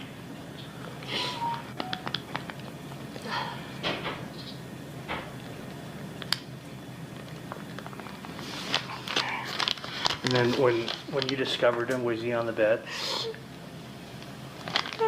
Yes. He's just laying on his side like normal. Okay. I just thought he was cold. It just was cold in there, so I put the blanket on him. Yeah. But his body just felt like heavy, and And which way was he facing? Was he facing towards, no, he was just up, just facing up. oh, so he's Just laying on his back? facing on his Okay. back. And then did you pull him to the ground? Yeah, that's what the lady on the phone told me to do, Okay. was to take the sheet and pull the sheet Okay.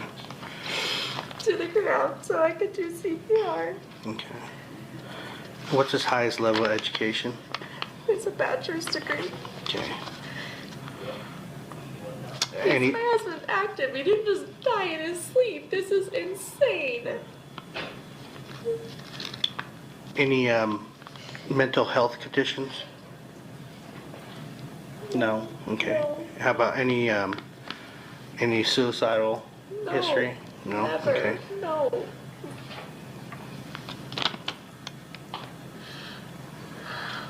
Has he been seen by a doctor in the last 30 days? No. Okay. Has any prescriptions been filled in the last 30 days? No.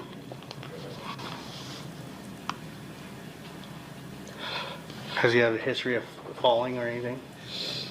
No. Any history of prescription abuse? No. I mean, when he was in high school and stuff, yeah. Okay. Pain pills, I think.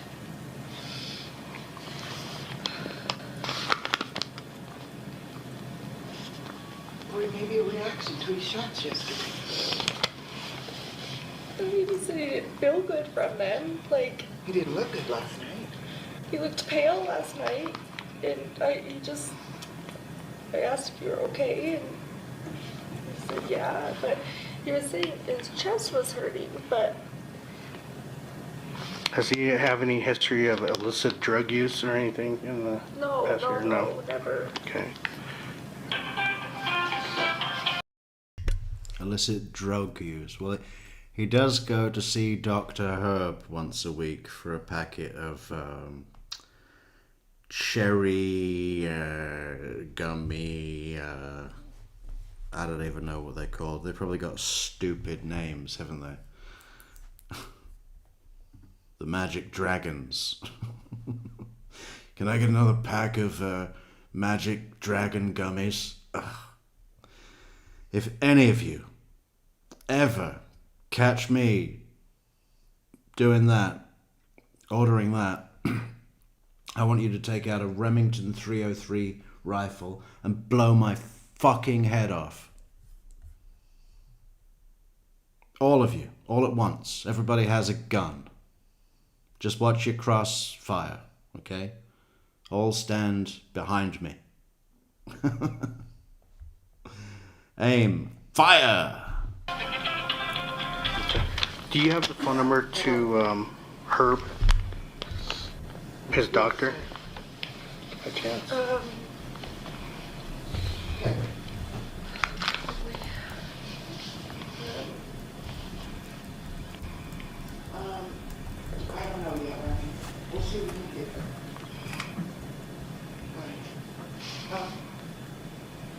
don't. It's just at the Park City Family Clinic and Hospital. Or Okay, I can look it up. I'm sorry. No, that's all right. Who told the boys? Kouri said a cop told them. Why would you tell a child? No, they shouldn't have told him. I asked him Oh. not to tell him. They all know. They told me. How do they know? Look at this shit. Look at this shit. Where is it? Where is it? Where is it?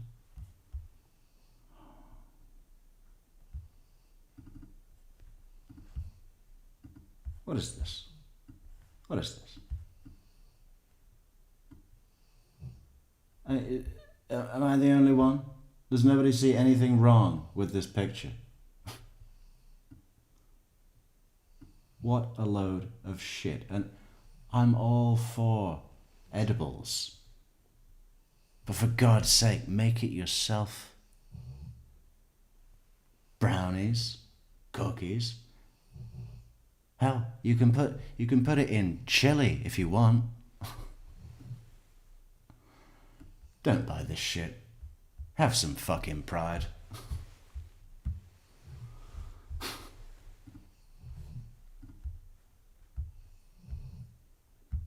Well, Carter told me, a cop told me. Would they have told him? No, I wouldn't think. We were in there, so we were maybe a fire Do they department. know? Maybe they, yeah, they Oh know. my freaking God. Oh my God. Oh my God. Oh my God. I want...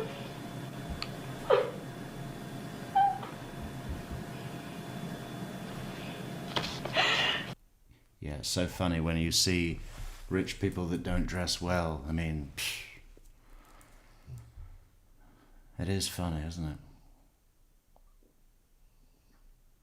It's like you've either got it or you don't.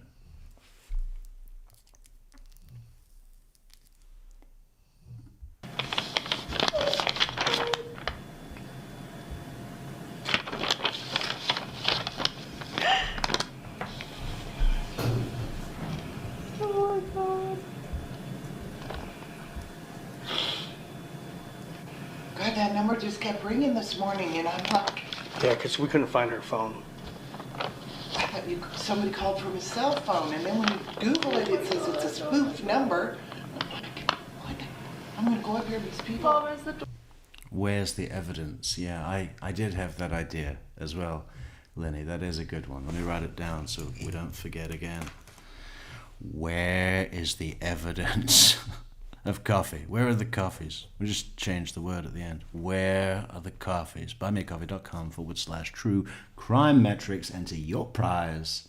No, enter the prize draw to get your best and greatest t-shirt in the world, True Crime Metrics. Where is the evidence? Fantastic. It's a good one. And what else do we have? We had the theme tune. Or maybe both. Where is the evidence? Dun-dun-dun-dun. Love it. Love it.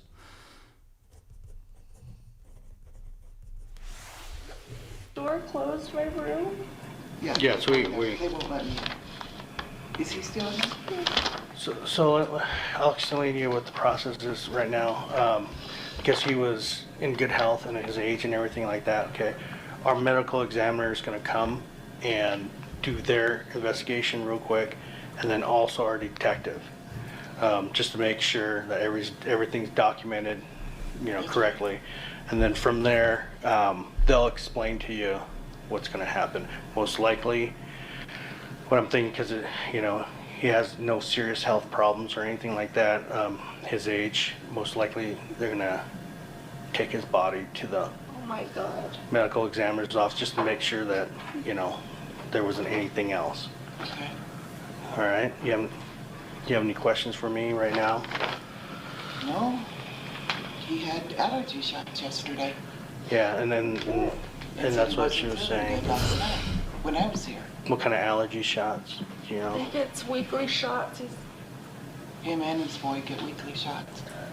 So they're both just feeling good. Like seasonal allergies? Yeah. Okay, season. And where was that at? Park City. Park City. Family medical. Uh-huh. No. Jeremy Ranch, Granger Medical. Granger, okay. Oh my god.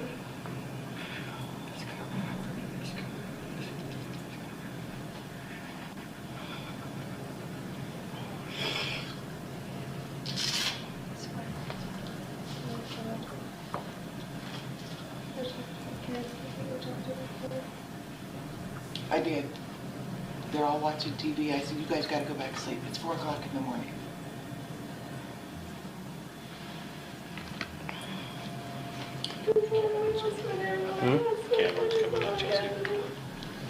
Cam? Yeah. I need to go over there and let her in Sally Port to get the van keys. Okay. So, do this here with you. Yep.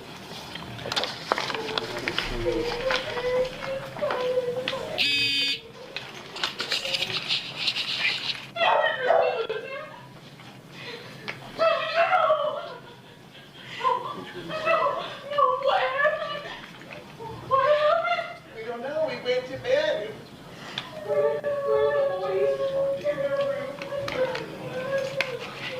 Hey, Clint, here, he's gonna help. Where are my boys? The kids are in there.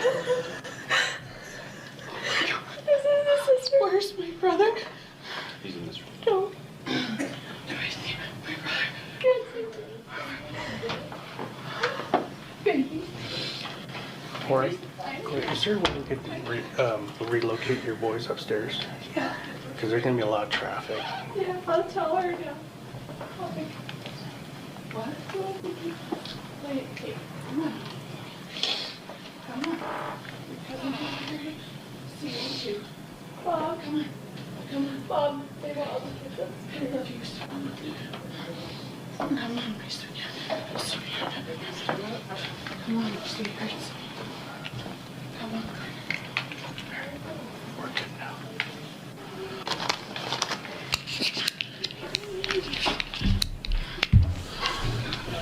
I can explain to her if you want to go. I miss everything. I miss his will, everything. I miss power of attorney. I miss everything. And you don't have to Go worry upstairs. about that kind of stuff right now. Upstairs with the boys. Go upstairs with the boys. Well, I guess we know who wears the pants in that family. Can I get a Red Bull? I know there's Red Bull in the fridge, or is that evidence? I could really use a Red Bull.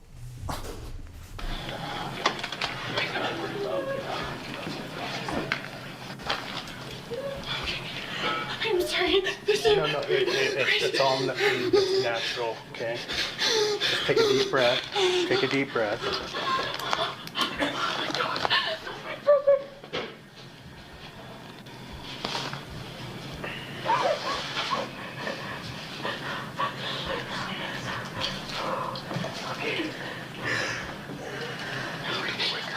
Okay, I gotta breathe.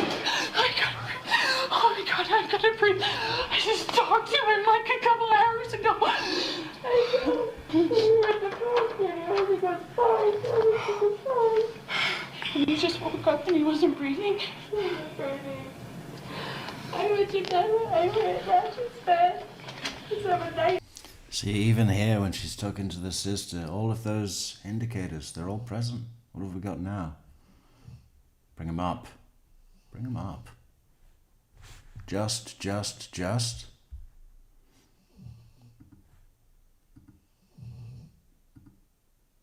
Excessive repetition, I think we'll see that. Unintelligible, well, that's throughout. Conflicting facts. Huh? Minimalism, passive defense. Blaming or insulting the victim. He doesn't drink enough water. I told him. It'll kill you. Stay hydrated. Excessive emotionality or yes. Okay. Play the damn thing. Fucking A, bro. I'm gonna fucking fuck up where the fuck you fucking with me. Boom. Coloring and true crime just got Metrix 3 coffees. Thank you, Colouring in True Crime. Who is Colouring in True Crime? What do we know about Colouring in True Crime? Oh, I remember. Yeah. It's that girl who colours in while watching court TV, which is awesome. Nice niche. There. So I went back in our room at about 3. And I just turned over to cuddle him, and his body was just so cold. He'd been gone a while. So the only information I know from what the medical staff that was here is he was cold to the touch, okay, and it seemed like he was down for a while. So great. I think look, Colouring in True Crime is going to make a colouring book, a colourful book of colouring crime book. I think a gummies colouring page is perfect for our colouring book. Excellent. To bed, he was fine at 9:30. I mean, that's when I went to the bedroom. Or are we making that? Did we discuss this? Well, I want a contract. And my fee, 90%. Ashton, I mean, so unless he went, like, I didn't hear anything. He didn't yell. He didn't say anything was wrong. Nothing happened. Like, nothing happened. Oh my God, this is not real. Nothing happened. Like, I didn't hear anything. And right across the room, like, if he was in pain, why didn't he yell? It sounds like he wasn't. If he was pain, he would have yelled. If he was in pain, he would have yelled, surely. Because people, you know, they bang their elbow and it hurts. Ow! And you hear them, don't you? You hear them go, ow! With the pain. So we know that there wasn't pain, right? I mean, she's practically helping the cops find out that it's her. It wasn't stomach cramps, there were no cramps because there was no pain. I know, but why? I mean, I'm such a light sleeper, I could have heard anything. I just could have heard anything. Blaming the victim, that's one of the indicators. If he'd have yelled for help, I would have saved his life. But he didn't, so he died. Because he never listens. He never listens. Just said Kouri, like I would have.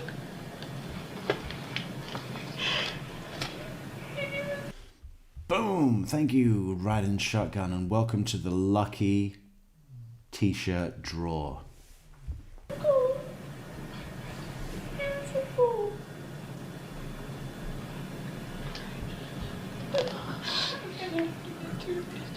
I hope that's my brother.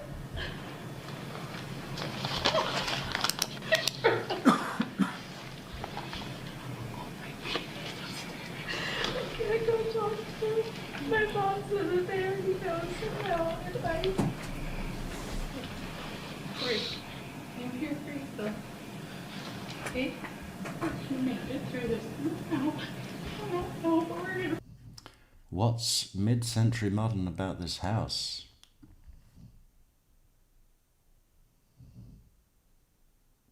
What, the kitchen island? No. No. Well, we'll keep an eye out. We'll have a look at that digital. What do you call it? Not projection. What's the word? Digital. There's a word for it. The reenactment. No, I don't, whatever it is. The digital thing. Well, the tour. Make it a he was funny with those boys. That's you for those boys. Okay. It doesn't seem real. It doesn't seem real. Yeah.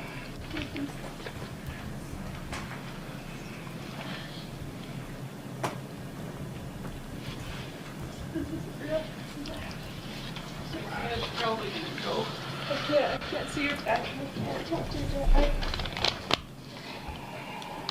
I'm sorry, I can't. I couldn't tell you. I can't. I just...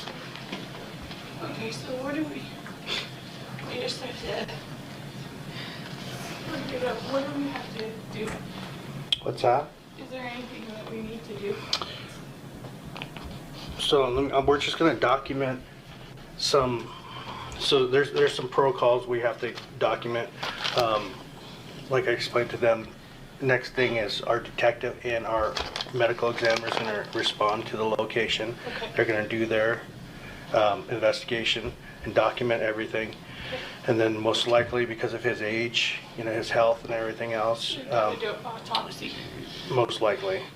But that's their I think I could stand up. that's their field, not ours. So for us, our thing is now we have to just secure the scene until they get here, and then once it's released, it's up to them. And then most likely, you guys will be able to, I told the guy that. Yeah, I said, I "Took think a we couple want him before we to went to go bed, but that's nothing to the funeral home in Oregon. Okay. And that's something you could talk to our medical examiner about.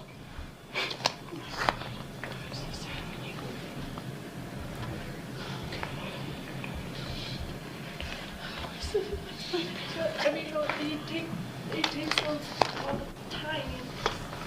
I don't know.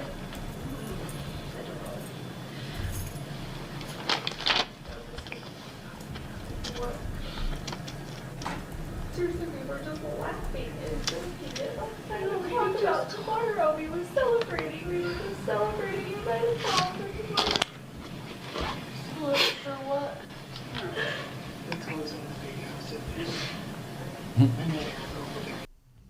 Celebrating. It was a celebration dinner. Celebrating for what? They look so excited.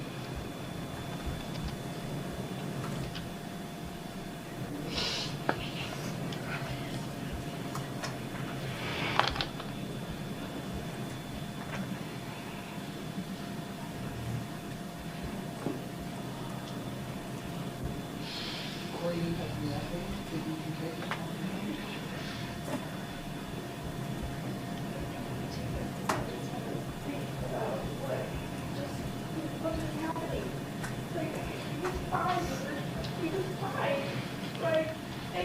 He was fine. He was fine. He was thirsty, but fine.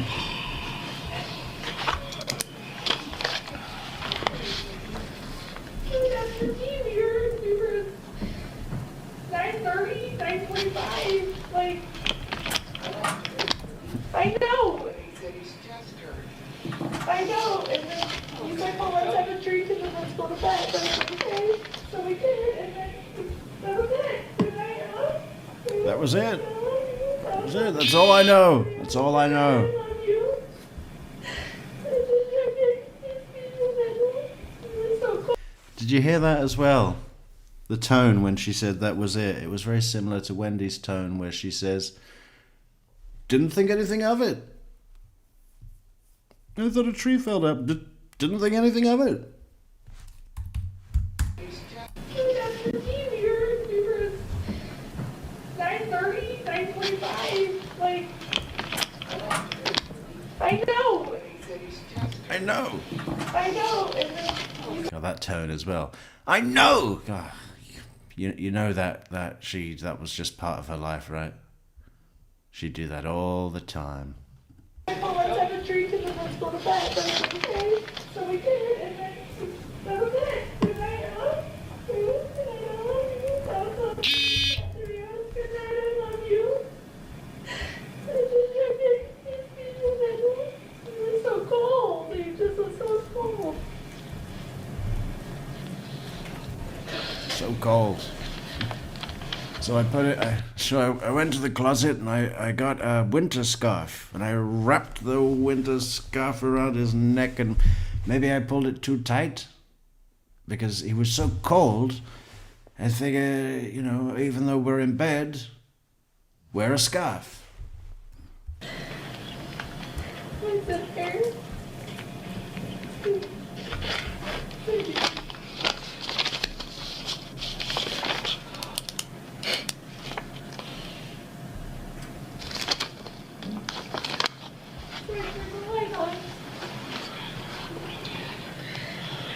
Is there any like animals that sleep in the bedroom with him? Yeah, my The dog, The dog on the bed with him? most of the time. He's like a 10-pound little floofy. He's so Okay, was he- with Eric every day. Was he on the bed when you came in? Was he on the bed? No, he wasn't in there when I came in. Okay.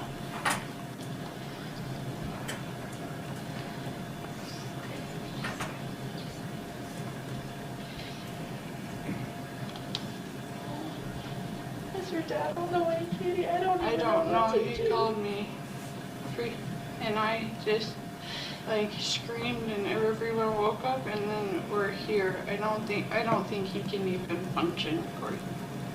I'm trying to find someone to go with. Oh, my dad's almost here. Oh Oh my god, I can't tell him, Katie. I can't even. I'll do it. I can't. I don't. It's fine. He was fine. I'll do it. I'll do it. My sister's almost here. Can you just please explain to them the process? Yeah. That they can't pass the threshold until that's it's really. what you're doing? Yeah, okay. Yeah. Was that what you're doing, standing there? Okay. Yeah, I We thought got you were it. like seeing if I was gonna pass out or something. No, 'Cause I and- like my. And that too, you know. Oh, I'm so shaky. I think I'm gonna stay sitting until. Ow! I will go. It's Why okay. did he have that stuff on his nose? It was like, what is that? So, like I said, I'm not a medical personnel person, but what the ambulance said was he did have blood I in his saw mouth. all the blood. So, everywhere. you know, they don't know. It might have been an aneurysm. They don't know. His dad has blood clots. I mean, His dad has blood he had blood clots. in the stuff. It was like, looked like snot or something. Yeah, I don't- because when It looked like snot. Oh, gross. His dad has blood clots. Can you feel the hope? The hope that the cop is going to go, oh, his dad has blood clots. Well, okay. Then we don't call up the homicide detectives. Tell them not to come. We've solved the mystery. His dad has blood clots. Fucking A, bro. I'm gonna fucking fuck up whoever the fuck you fucking with me. Boom! Check it out. More Bubbles is in the game. Check out the game. Look at this game. See, Bubbles is always in the game. Just better not be fucking cricket. Can't stand cricket. I think it's something to do with the white, you know, do they need to be wearing white? It bothers me. What do we need? We need a wheel. I want to give you all a preview. Wow. Imagine if Georgia Kappelman took it that far. I got a preview to give y'all. I mean, too much. So, oh no.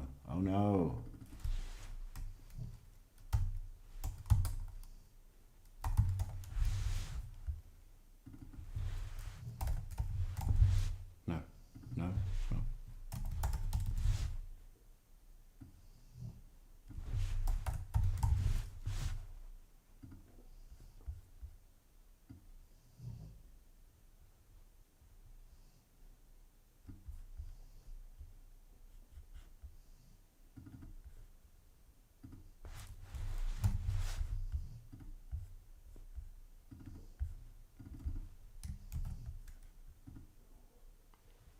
Oh, how cool. Look at that. So, by the time everybody has entered the prize draw, We've got to put bubbles on here now. But at the end of the show, we'll do spin the wheel, and then whoever the arrow lands on will win the prize. Win the prize. Let's do a test spin. Boom. No. Test spin. Boom. But we can't see who wins. Okay, continue. Proceed. When they do the CPR, it gets the blood flowing and it gets moving. And if it's not pumping, it'll... Oh my god. Well, when I was trying to just do the chest compressions, it just...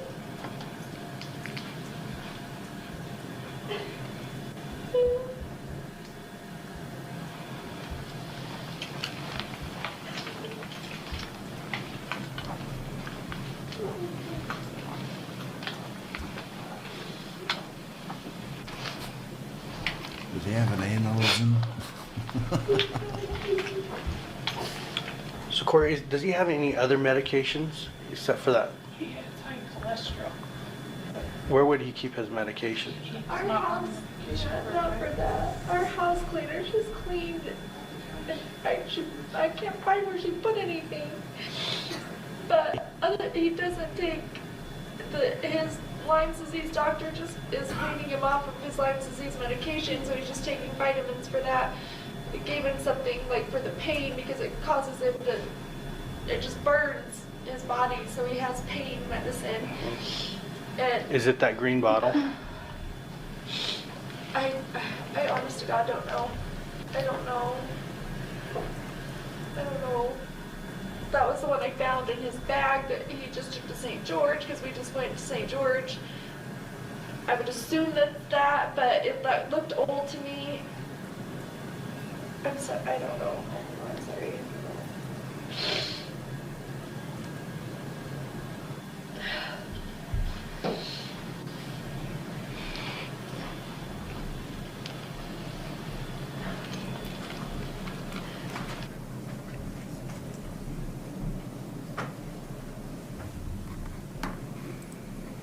All right, so Deputy Wynn, I want to show you a couple other exhibits. They'll pop up on your screen there and we'll kind of move through them. So first we'll do Exhibit 1-4S1. And let's do 1-4S2. I'll ask you all the same questions about these. 1-4S3. 1-4S4. And 1-4S5. You recognize all of those photographs? Yes, I do. And are those still shots or screen grabs from the body camera we just watched? Yes, it is. I'll move to admit those 5. Objection, Judge.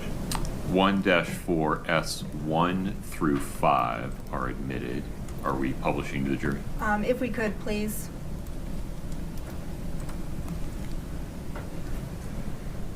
And Scott, if you could just move through each of these.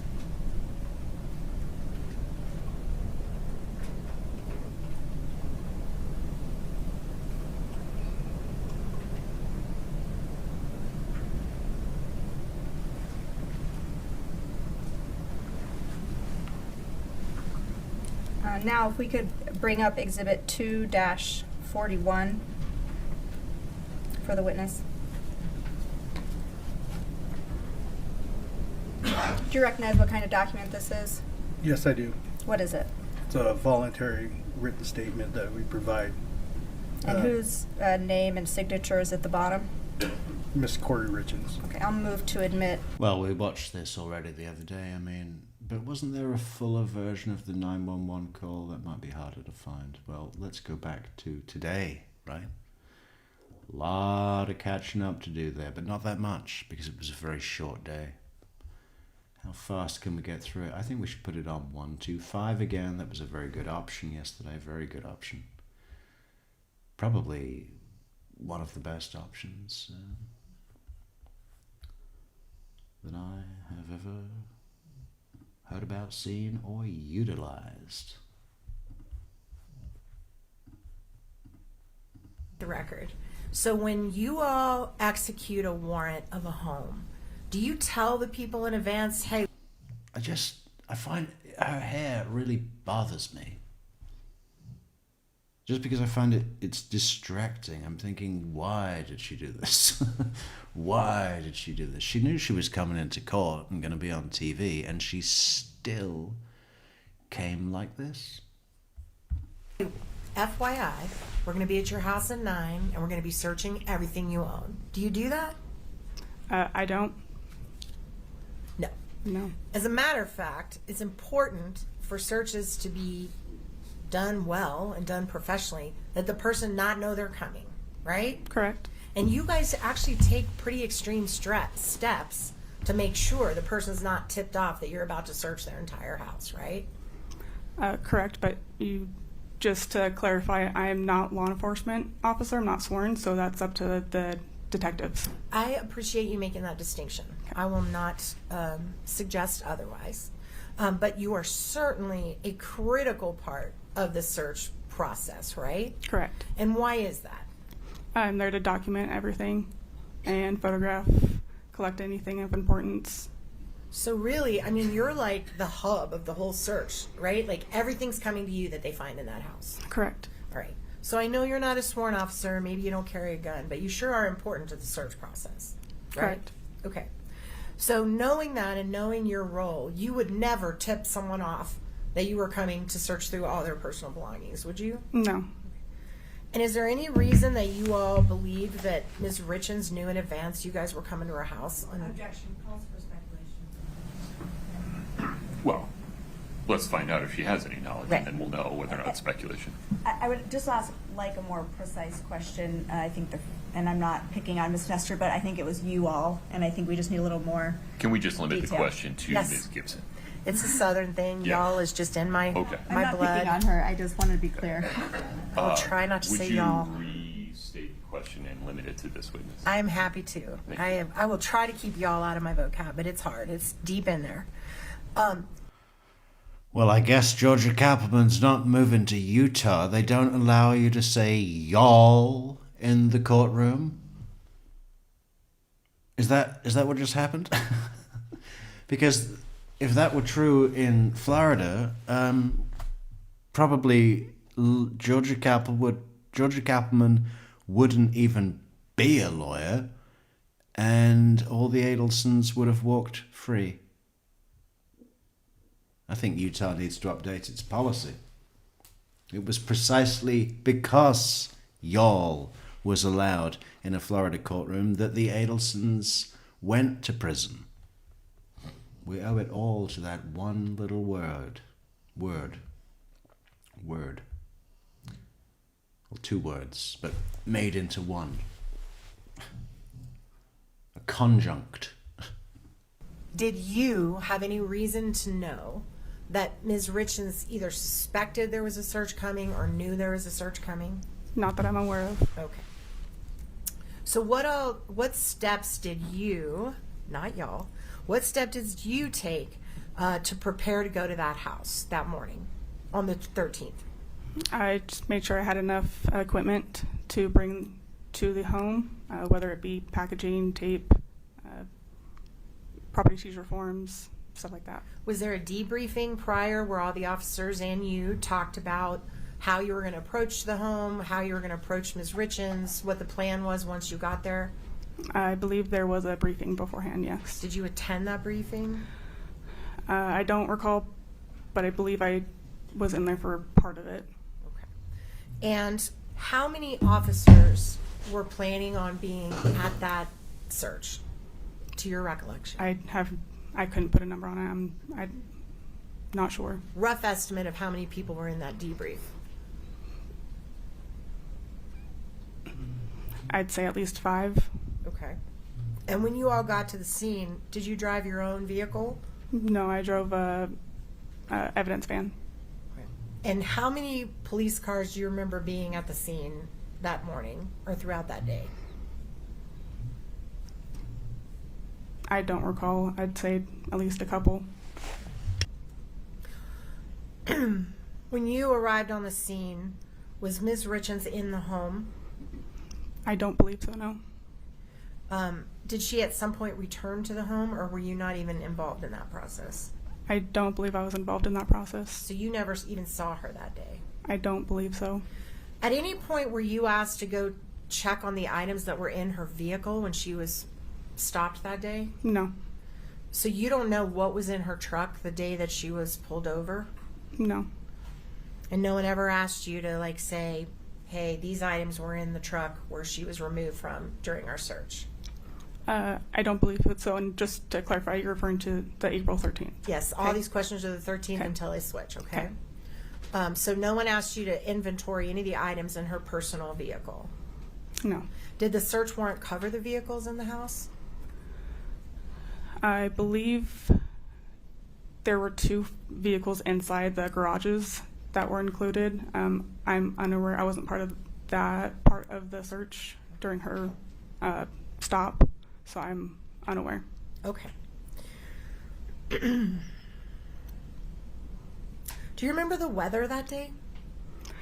It was winter. It was cold. It was really cold, right? Yeah. Snow on the ground. Remember when we used to have snow in Park City? Yeah. Yes. Okay. All right. How long were you at the house that day? The 13th? Believe we were there for about a half day. We were there for several hours. Was there also a member there at the home on that day from the U.S. Postal Service that you can recall? Yes. What's his name? Believe it's Smoot. Right. Agent Smoot. Why was Agent Smoot there? What was your understanding of his role at the search? My understanding was pursuant to the search warrant, they were looking for anything that could have been mailed to the house that would have contained drugs or paraphernalia. Right. And Mr. Smoot works for the Postal Service, so he would be looking for things that were mailed, right? Correct. Like illegal drugs? Yes. Okay. And to your knowledge, did he ever give you any that day to check into evidence, anything that was an illegal drug or a postage that looked like it was connected to illegal drugs? Not that I ever recall. All right.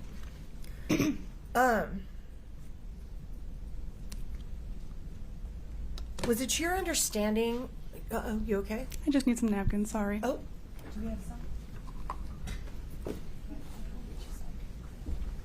Ms.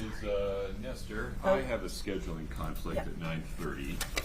Is this an appropriate place to pause? Sure is. Ladies and gentlemen, this is no fault of the attorneys. I have an unavoidable scheduling conflict from 9:30 to 10:30.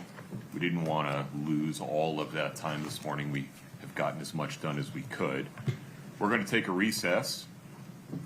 Fair reminder, please don't talk about this case or anything related to it. You are free to talk about everything else. Current events, your family's sports, whether the Spurs are actually going to make it to the finals. That's all fair game.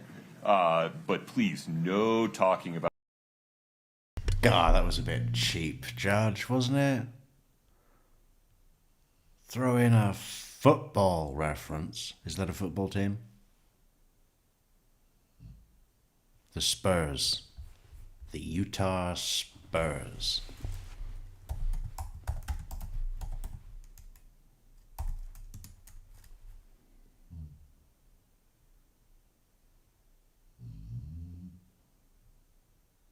Jazz?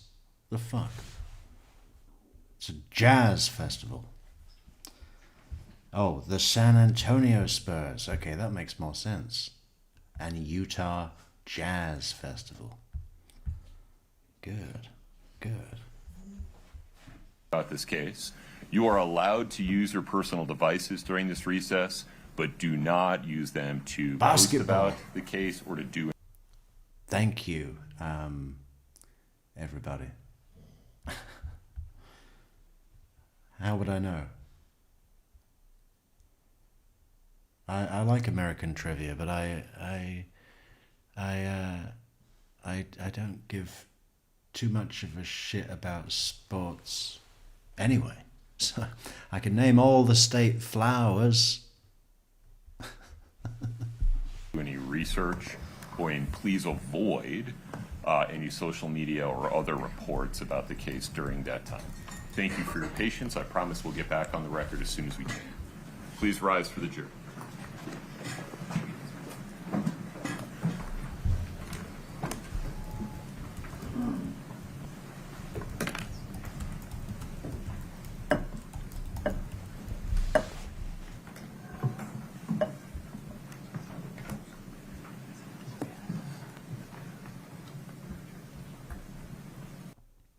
Oh, Neverly Sense. Okay, great.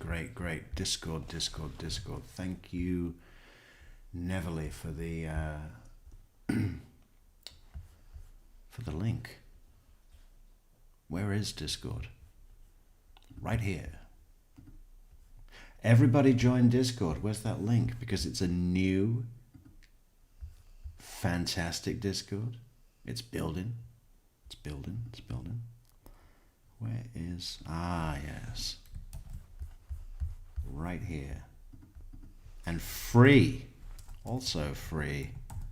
Super free and super fun.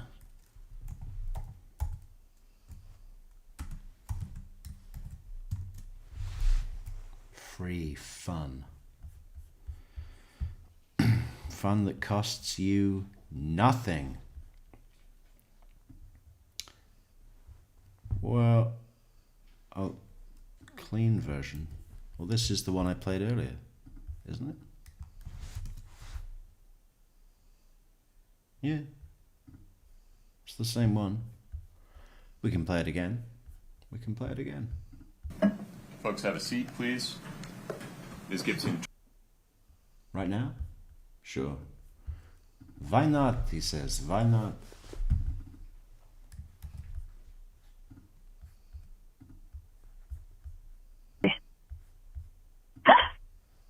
My husband's not breathing. He's cold.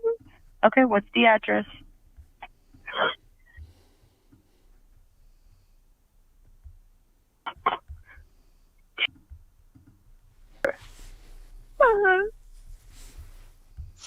Okay, what's a good phone number in case it got disconnected?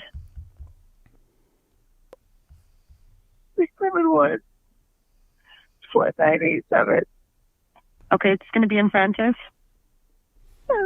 Okay, tell me exactly what happened. No, I don't know. Okay, so what did we know from our slides? Tell me exactly what happened. What would be the indicators? First of all, we already discussed the key thing that virtually no criminal, I think it's very unusual for criminals, unfortunately for them, to be able to think about anything, even with planning, right? Because all they're thinking about is their reward, right? They're actually not trying to think of risk because it scares them. It's like all that Charlie Adelson with the wiretaps, when he's actually willfully looking for reasons to show himself that it's not the cops, because that would be a disaster, right?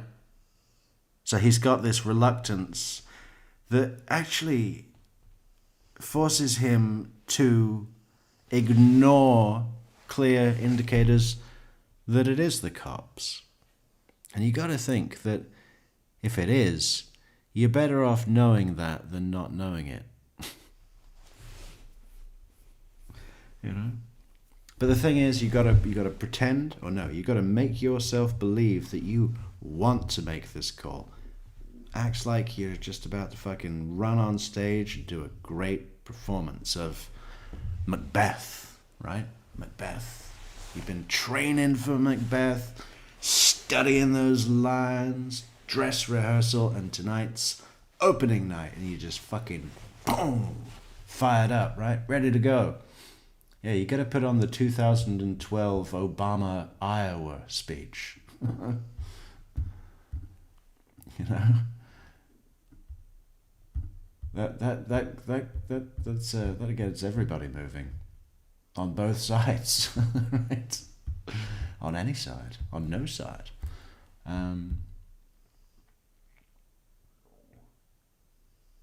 I completely forgot how this point started off, but I do know that we wanted to just bring up the slides again, right? Those great slides.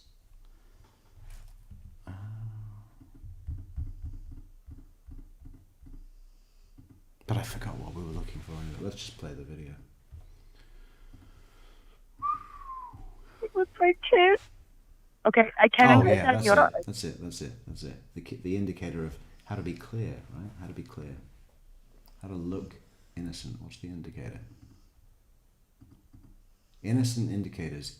Issuing a direct plea for help, high sense of urgency, and focusing on the victim. But also one came up earlier about just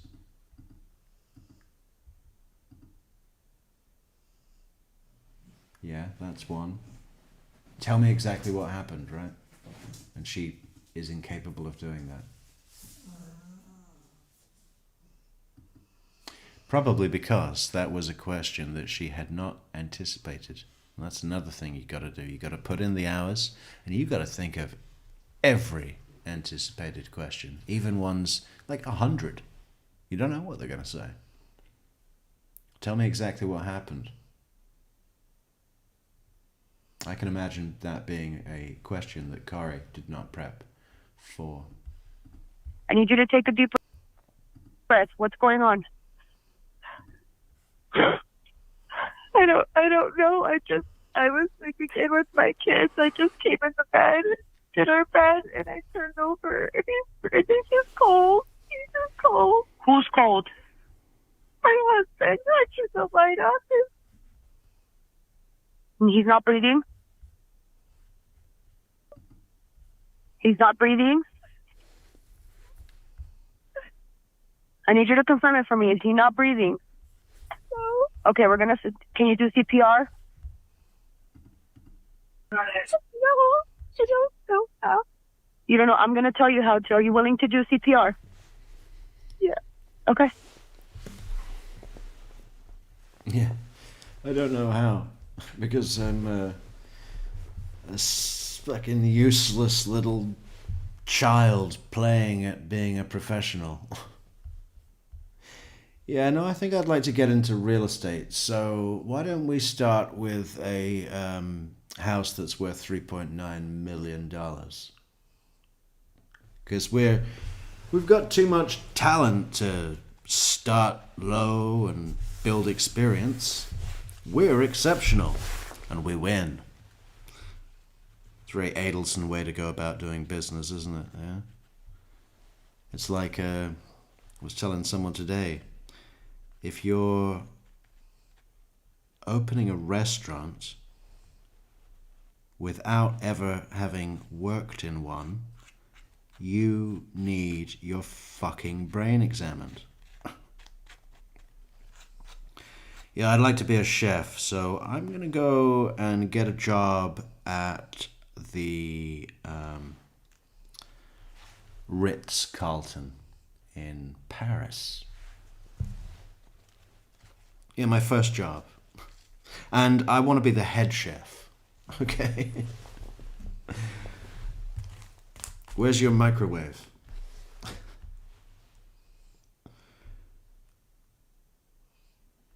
So we're not quite done for the day, are we? We have more to get through. Push on through.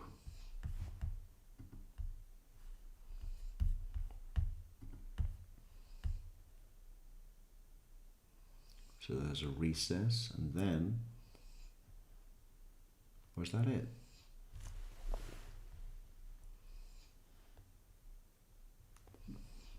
During this break, like I think that's really it. You are proverbially still on the stand. Please isolate yourself. Don't confer with anyone. Okay. The court is in recess until 10:30. Thank you for your time.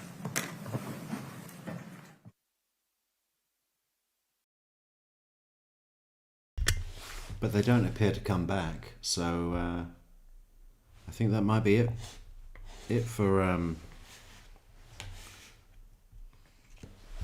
courtroom today. What time are we? 2 hours 45. Well, that's pretty early. Pretty early indeed. Should we put Judge Everett on the state of Utah as well? I think he should be on all 50. Not just limited to Florida. Why? Why? Face like that? What have we got going on? What about in the chat? Questions? Hang on, I gotta catch up with one of our moles here. What is this?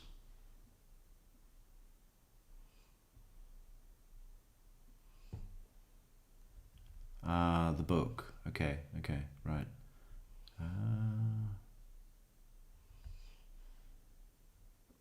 Okay. Does anybody in the chat think Kouri is innocent of these charges? I don't know why I'm asking that.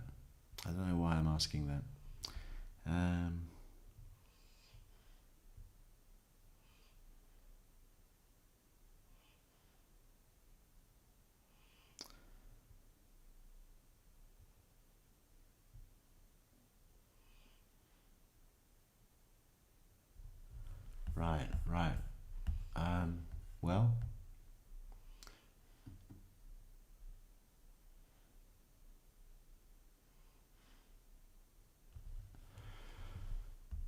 we've got a book. Right? A great book. Where is that book? This one. Check out this book.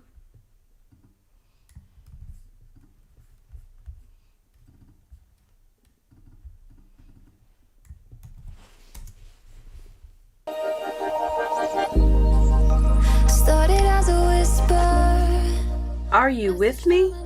By Kouri Richins. Dedication. Dedicated to my amazing husband and a wonderful father. Always on our minds, forever in our hearts. Weston, Carter, Eric, Kouri, Ashton, and Harley. Are you in the clouds when I look up to see you? To tell you about my day? Ask about yours and tell you that I love you? Are you at my soccer game when I scored that goal for you? I looked for you in the crowd. Can I read it myself? Yeah. Maybe after. We'll give it one play through. But you weren't there. Did you see it? Are you with me on my birthday to blow out my candles? To celebrate another year and watch me grow, teach me new things, and watch me make mistakes? Are you with me on my first day of school, when I'm scared, nervous, and have the butterflies? Will I make friends? Will the teachers be kind? Will you walk the halls with me that day? Are you with me on Christmas when Santa... In fact, Neverly, I think you should read this and then make a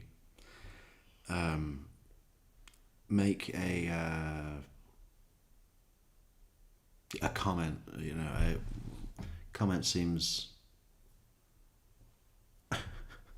Just say what you're thinking after each page. That'd be great.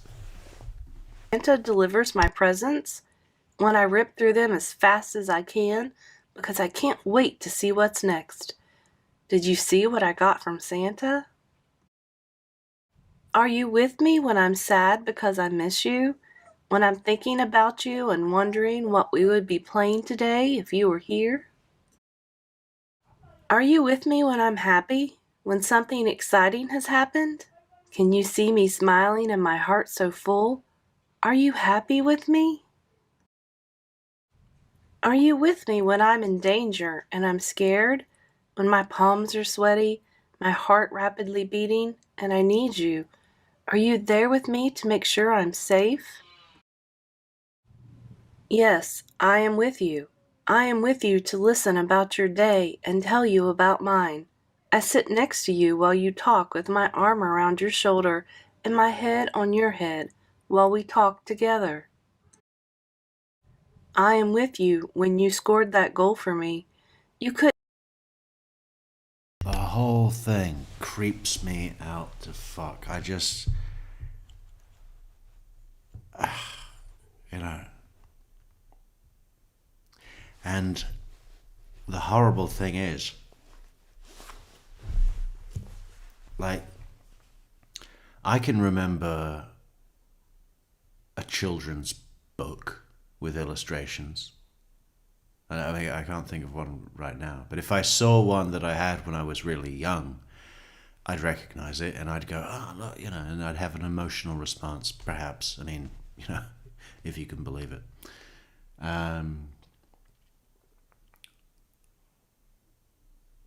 But yeah, these kids, I mean, if they see these graphics, I guess what I'm saying is that the visual aspect of it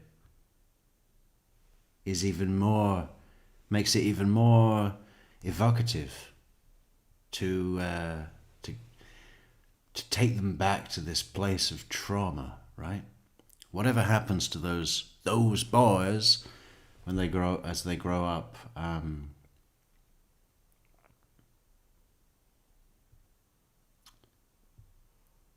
they'll probably see these images throughout their life, right? Now that they're all over the internet, they're forever associated with them. They'll never be able to escape. And it's associated to this tragic event. And traumatic, very traumatic for them especially. Couldn't hear me cheer for you, but I yelled and clapped as loud as I could, just like always. Yes, I am with you while you blow out your candles for yet another birthday. Although I'll miss the upcoming years, I stand hand in hand with you, walking with you, helping you, and praising you. I will watch you grow into a fine young man. Yes, I am with you as you walk the halls of the new school, making new friends, meeting new teachers. I will sit at your desk next to you, teaching you, pushing you to try harder, and giving you my love when you succeed. Yes, I am with you on Christmas.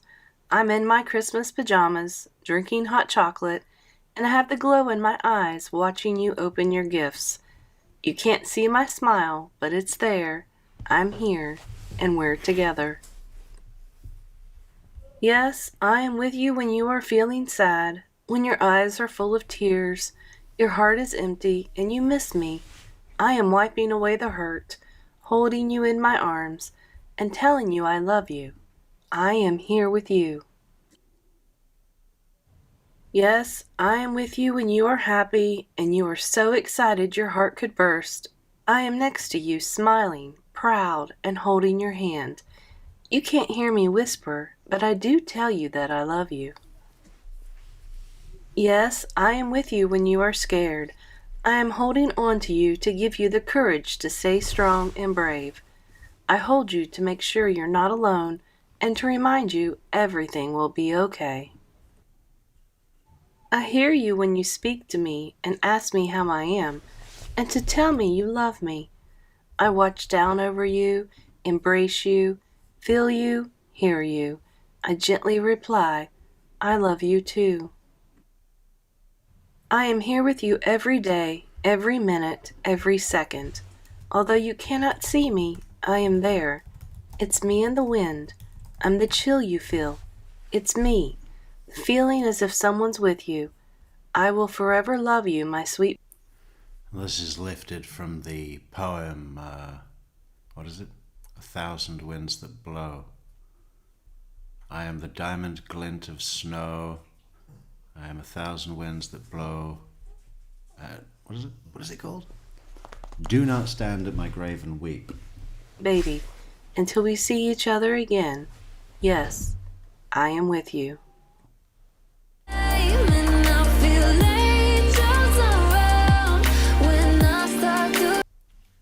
Wow. Are you with me? It's so funny that I had just recently drawn attention to my liking of that phrase in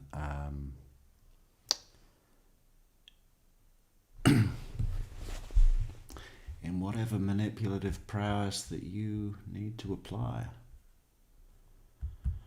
Never heard, never. What was I just about to play? Something else. We had something. It was. Why don't we have a look about. Has True Crime Loser said anything about Kouri Richins? Haven't seen Scott in a while. Where will I find the time? Let's see.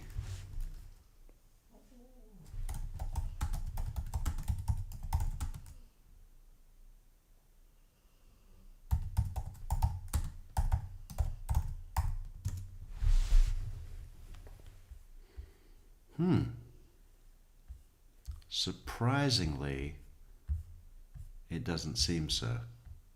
That's odd. It's right up his alley. I can even hear him saying her name, even though he never has.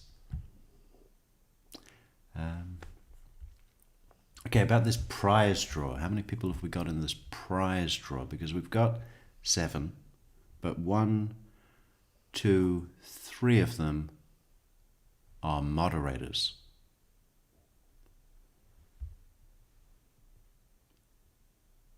So they should be just taken out of the running, right?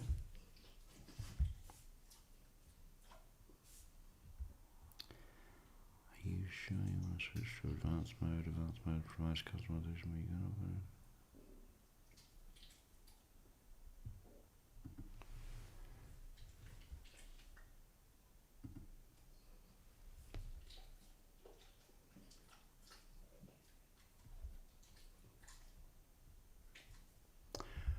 Well,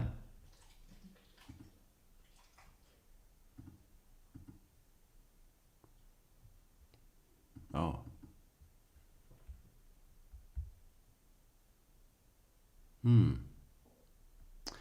Well, there's not a way to. We can just keep spinning the wheel until it doesn't land on a moderator, right? But the good news is, to anyone who hasn't entered the competition, the stakes are very in your, very kind and in your favor. So it's a good opportunity, business opportunity, long term, short term, any term, a good term. What can we look at now that's Kouri Richins? I've got her letter from jail, but I want to do that separately. Or should we have a look at it now? What's another great commentator?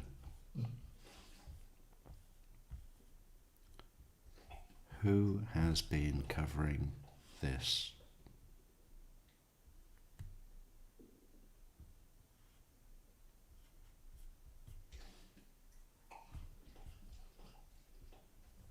Oh yeah, let's have a look at her interview on TV, right? That's the logical place.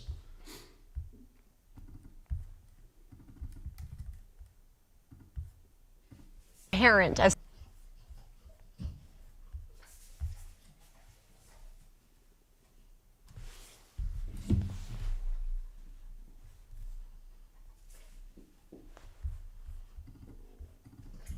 sibling or friend, talking about loss with kids can be a tricky subject. Joining us now is author of Are You With Me, Kouri Richins, to share her 3 C's to helping kids cope with grief.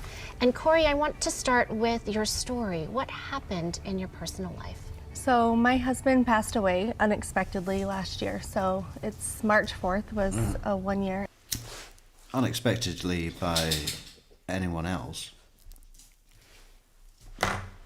You were expecting it. Anniversary for us, and he was 39. It completely.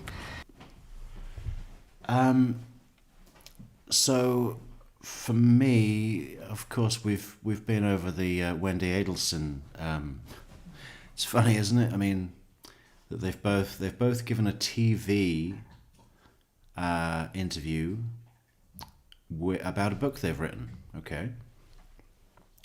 And my comments on Wendy's demeanor, attire, just general vibe on her interview was that it was ridiculously incongruent with the subject matter of her reading material, and that her skirt was shorter than those ladies that they have reading the weather in Mexico. What's the deal with that? And how do we make it a global phenomenon?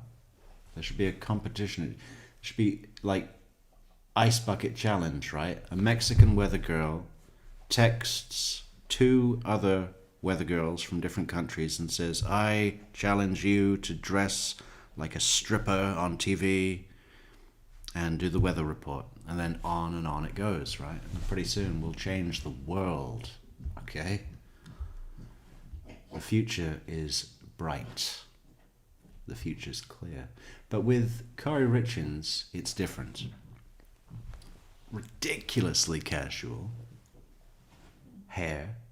Outdoor coat on in this homely, it's a fucking TV studio, so it's freezing. But they've got a couple of cushions there from the home and garden store. They've got a big old moleskin couch. Hey, but she's in a winter coat, or at least an outdoor jacket. Strange. And even the posture, right? The way she's sitting and the way that she's, and I get it. Some people cannot look good in front of a camera at all. And maybe she's one of those people.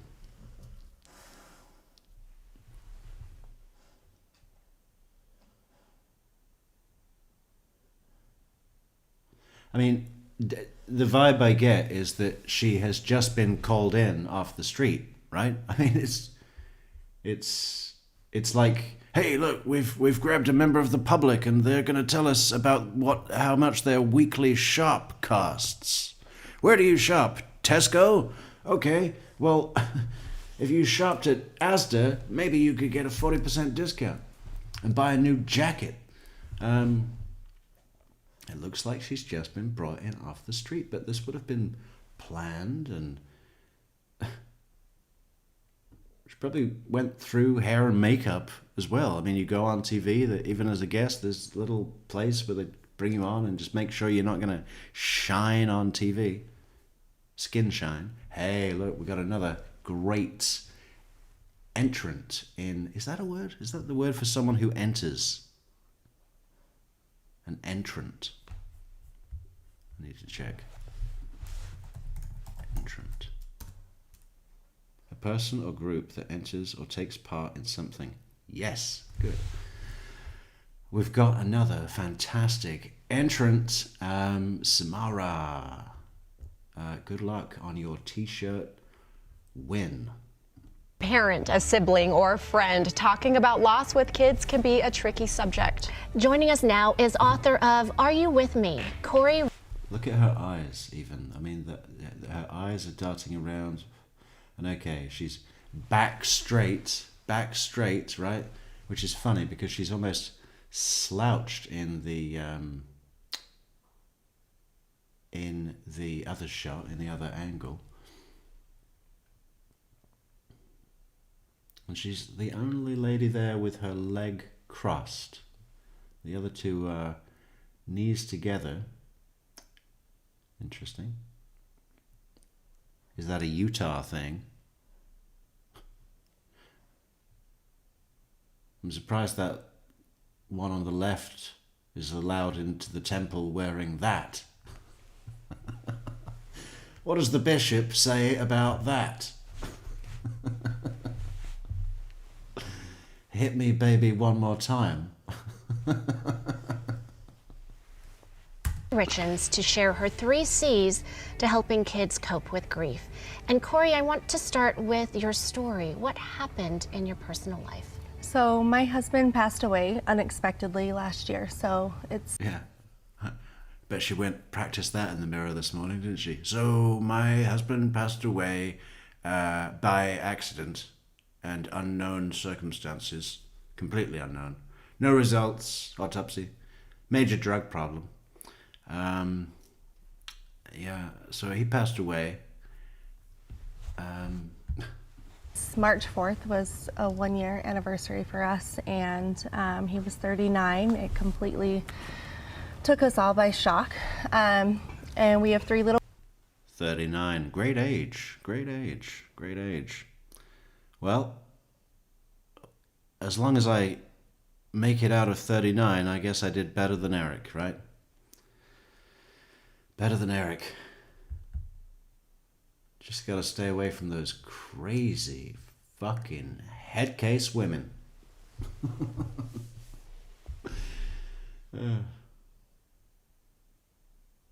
Tough though, huh? Tough though. Every so often they just get you, don't they? They just get you. Little boys, 10, 9, and 6. And, you know, my kids and I kind of wrote this book on the different emotions and grieving processes that we've experienced last year. And, you know, hoping that it can kind of help other kids. Come in, boys. Sit down with Mother. What we want to do is relive grief, okay? So we're going to relive the grief, and we're going to think about all the bad feelings we've had over this past year since Dad died. Now, what are they called? They're all called like Cooper and you know, is there a Cooper? I think there's a Cooper at least. What is it? Cooper and Brett. Cooper, Brett, and Tyson. Come on, Tyson, tell me about your grief. Yeah, nothing sick about that. I just thought of something for a poll. A good poll. This will be interesting. Please don't forget to vote in the poll. The poll will be...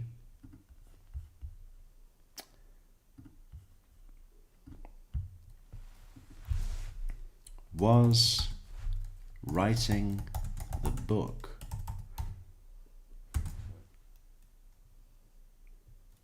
planned before the murder? Yes, always part of the plan. No, she thought of that later. And is there another option?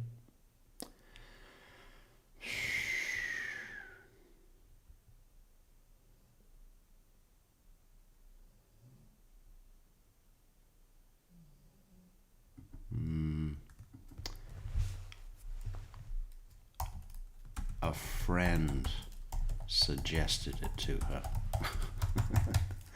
Actually, no, a friend suggested that we start calling Eric Jibbers, and our next book will feature Jibbers.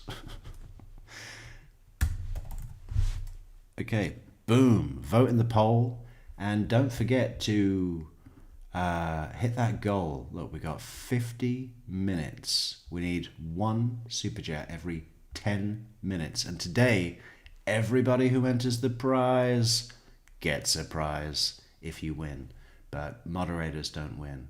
So that makes the chances, your chances, as a non-moderator, even better. Enter the prize. buymeacoffee.com/True Crime Metrix, paypal.me/True Crime Metrix, or right here with the super chat. Enter the prize.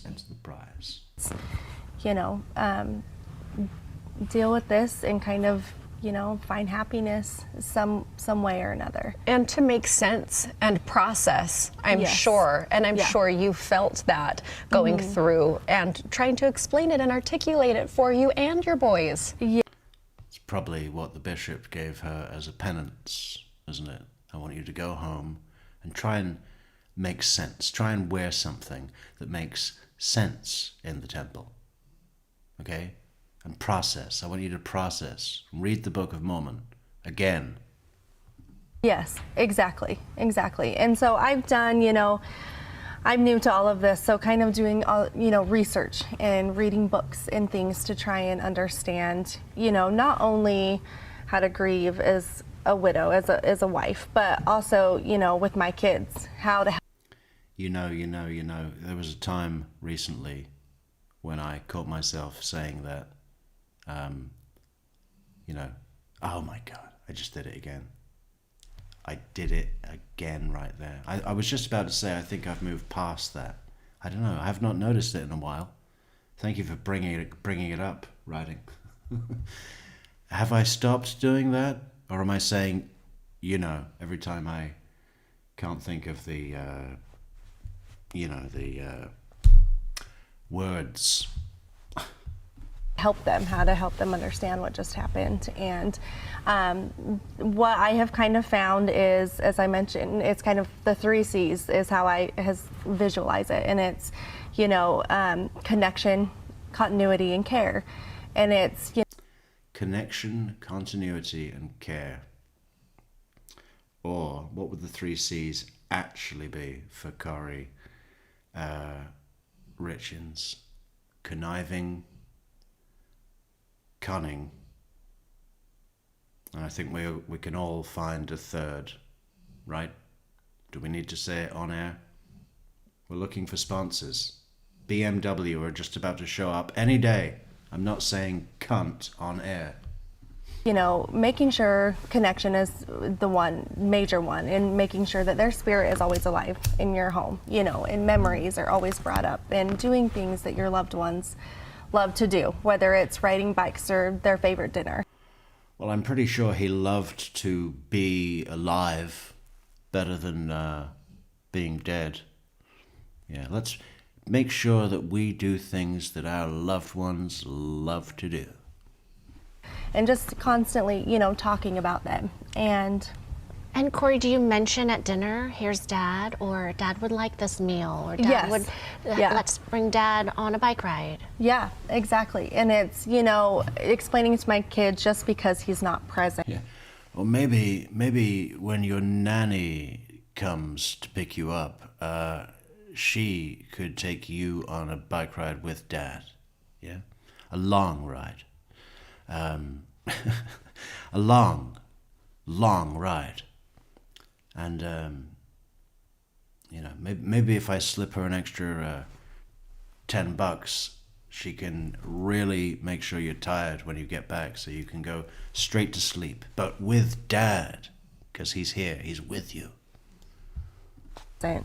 Here with us physically, that doesn't mean his presence isn't here with us, and he's doing these things with us, and he's here for birthdays, and he's here for Christmas, and and it's just comforting to them to know that they're not living this life alone. Like Dad is still here. Hey, Kouri, how many sexual partners have you had in the past 12 months? Is it just the guy that you were already having an affair with, or are you cheating on him now that he's the primary? Have you just always got to have something like on edge? You didn't make him a sandwich, did you?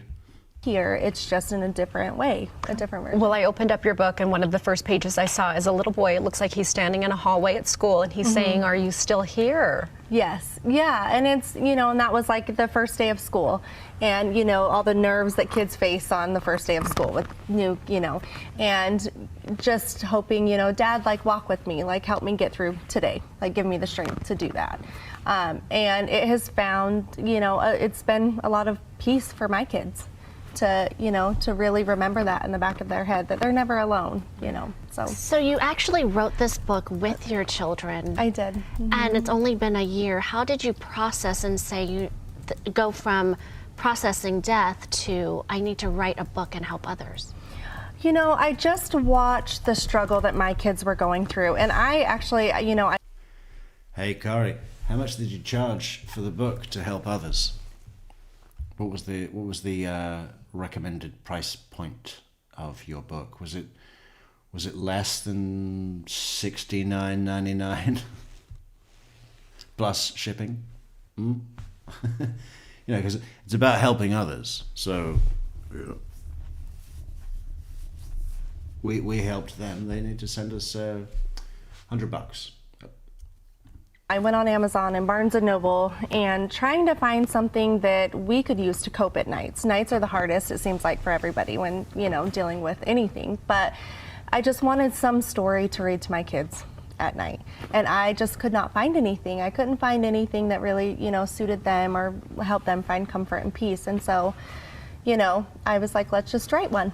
And so, I took things that my kids have said to me this last year and we kind of articulated it and put it into a story and, just have hopes that it will help other kids. Grief is not linear, and this sounds like it's a touchstone when you need it to come back to for you and your boys. So the first one you had mentioned was connection of the 3 C's, keeping the person's spirit alive. The second, continuity.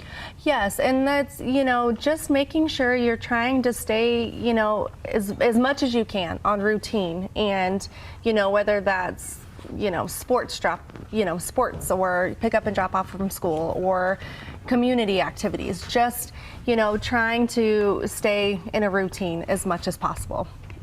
And then the last C is care. Yes. What does that mean? So, on top of just loving. All right, so what she's come up with as the recipe for, what is it? The 3 C's of helping kids cope with loss. Connection, continuity, care. Well, hopefully, for the lucky ones, those would be 3, principles already in place without their father being murdered.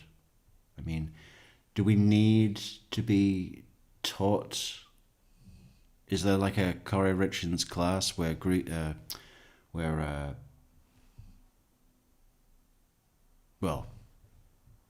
lone parents with grieving children can go? There's a class and there's slides, lectures, 2-day event, and they come back and they go, okay.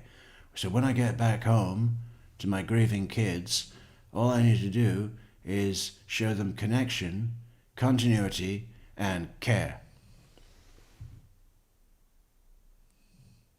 You'd hope that those things would come naturally, wouldn't you? But you see, perhaps they don't for Kouri Richins, so she believes that people do need to be taught that.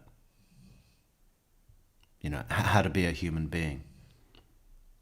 If you are a human being and you can recognize and empathize with other human beings, then you probably realize that let's just say human beings don't need to be taught to be human beings. But if it's not a human being, then you see, that's why she thinks this is a lesson. And of course the newsreaders don't fucking know what's going on, do they? They don't care. This is an early morning show, is it? It feels early morning. Good things. Good morning, Utah. All it is, I mean, who's watching this shit? Nobody.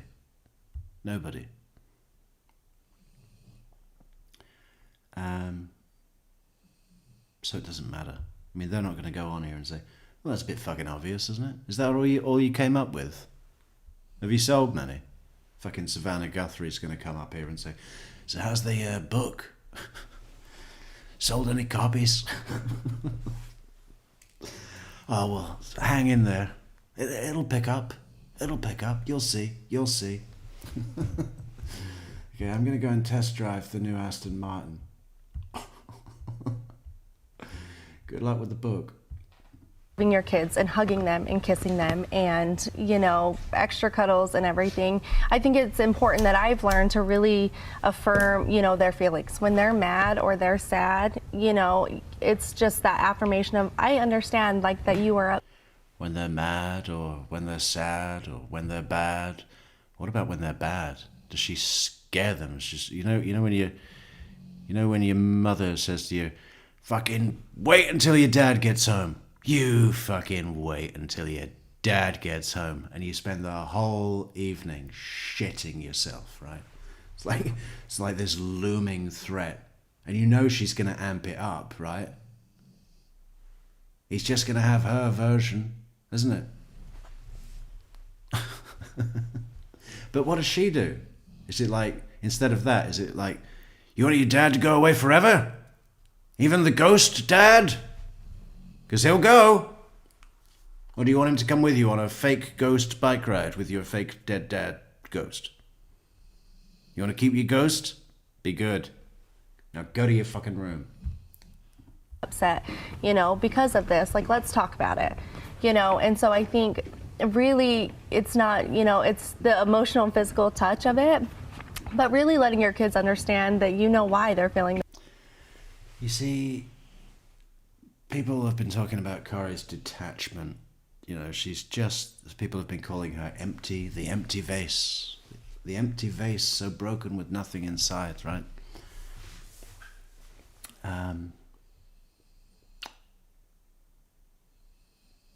And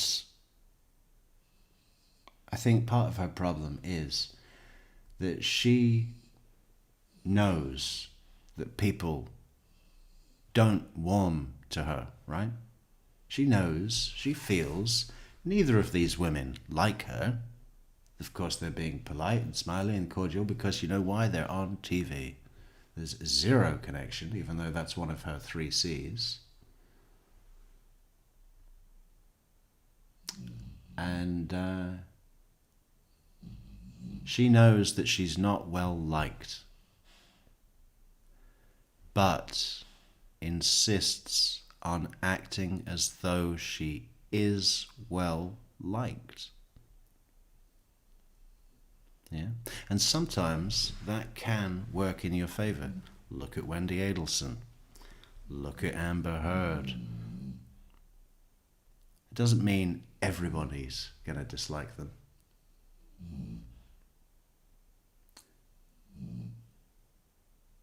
Because every so often they latch in, don't they? To a good business deal or snag a good relationship or, you know, whatever it is. But in general terms, I'd say she's gone through her whole life knowing that other people don't find her easy to feel warmth for. And she's never been able to understand why or try and find out why. And that creates a space pretty... When people go into that space, it can be difficult to get out of, I think. I mean, look at Chandler Halderson. Right? Part of his whole deal is that if people knew the truth, they'd all leave. He was only as valuable as his lies. You know, people can get on a slippery slope with that.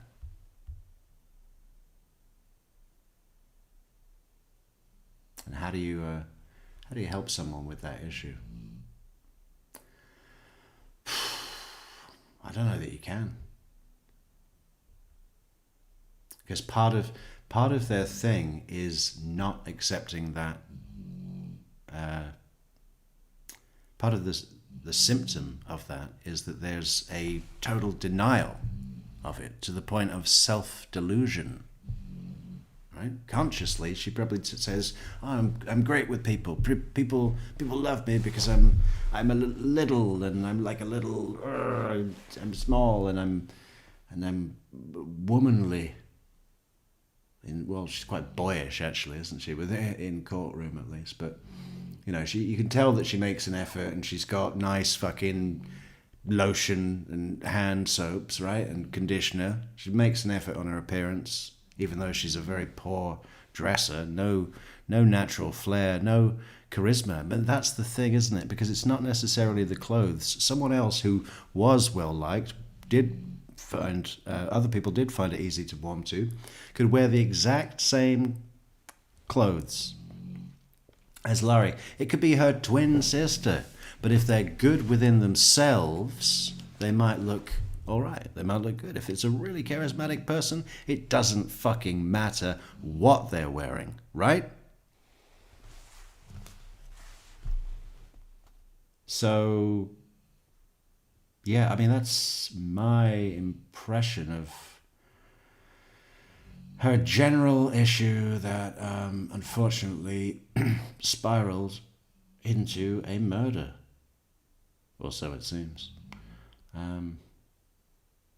Indirectly, but that would be a root issue that she's carrying with her that allows for other bad actions to take place, if not treated. We're seeing untreated, what is it? Is it MPD? I mean, I'm not sure that it is. We can look at some of the indicators for that. I'm not sure that it is. I mean, it's definitely, there's a massive insecurity here. There's a massive insecurity despite the success. And often that's, you know, when people have got there he goes again with the you know. When people have got those kinds of successes, or at least on paper successes, where, yeah, fucking hell, flipping a $4 million house. You know, somebody's told them they could make 12 mil if they stay below budget. Wow, what a huge project. How do they do it? Such a great team, that couple. All of that. Despite all of that, when sometimes when people have those sorts of things going on, it's specifically because just by sheer determination to ignore the fact that they don't feel valuable, just by sheer determination, they'll create something like that, or in Chandler's case, just make it up. But it can be done where you don't have to make it up. You just fucking force it through. And there's a strength there. There's a strength, but the strength comes from a pathological need to deny your true self. And so ultimately, it's not a success. You know, might make some money, but at what spiritual cost? What cost to your soul? More than money can buy. The way that they are feeling, and it's okay, and let's deal with it and talk about it. There's a promotion right now. Get a free copy of the book April 30th and May 1st through Amazon Kindle. You are an amazing woman and mom, and we thank you for being vulnerable and sharing this and touching the lives of others. Thank you. I really appreciate being here. So, thank you, Kouri. Yeah. Thank you. You are an amazing mom and so talented and special. She loves that, doesn't? Look at her face there. Look at her little face. Let's just see the close again, right? Because this is her moment, isn't it? This is what it's all about for Kouri Richins. Adoration, ego up. I mean, but it's a shame there's not an interrogation, because I can imagine how she'd respond to the read. Was it read technique, step 3, ego up technique? She instantly confesses because they told her she's pretty. Kouri, you're so pretty. I did it.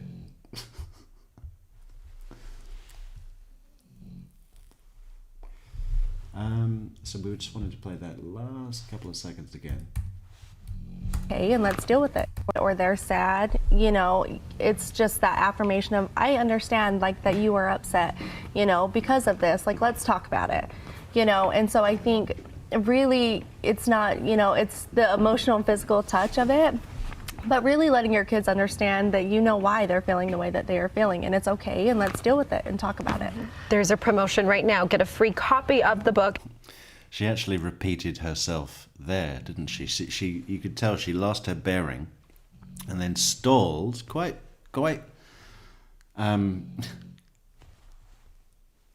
you know,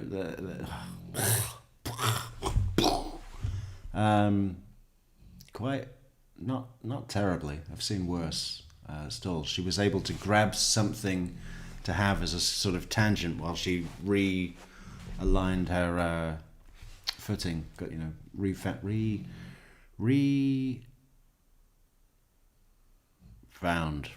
her footing.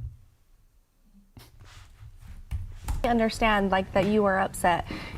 Yes. So is there you know, a direct? Because I think the last thing she says, she might have just said before. If there's a repetition, I mean, that's an indicator of deception from the cops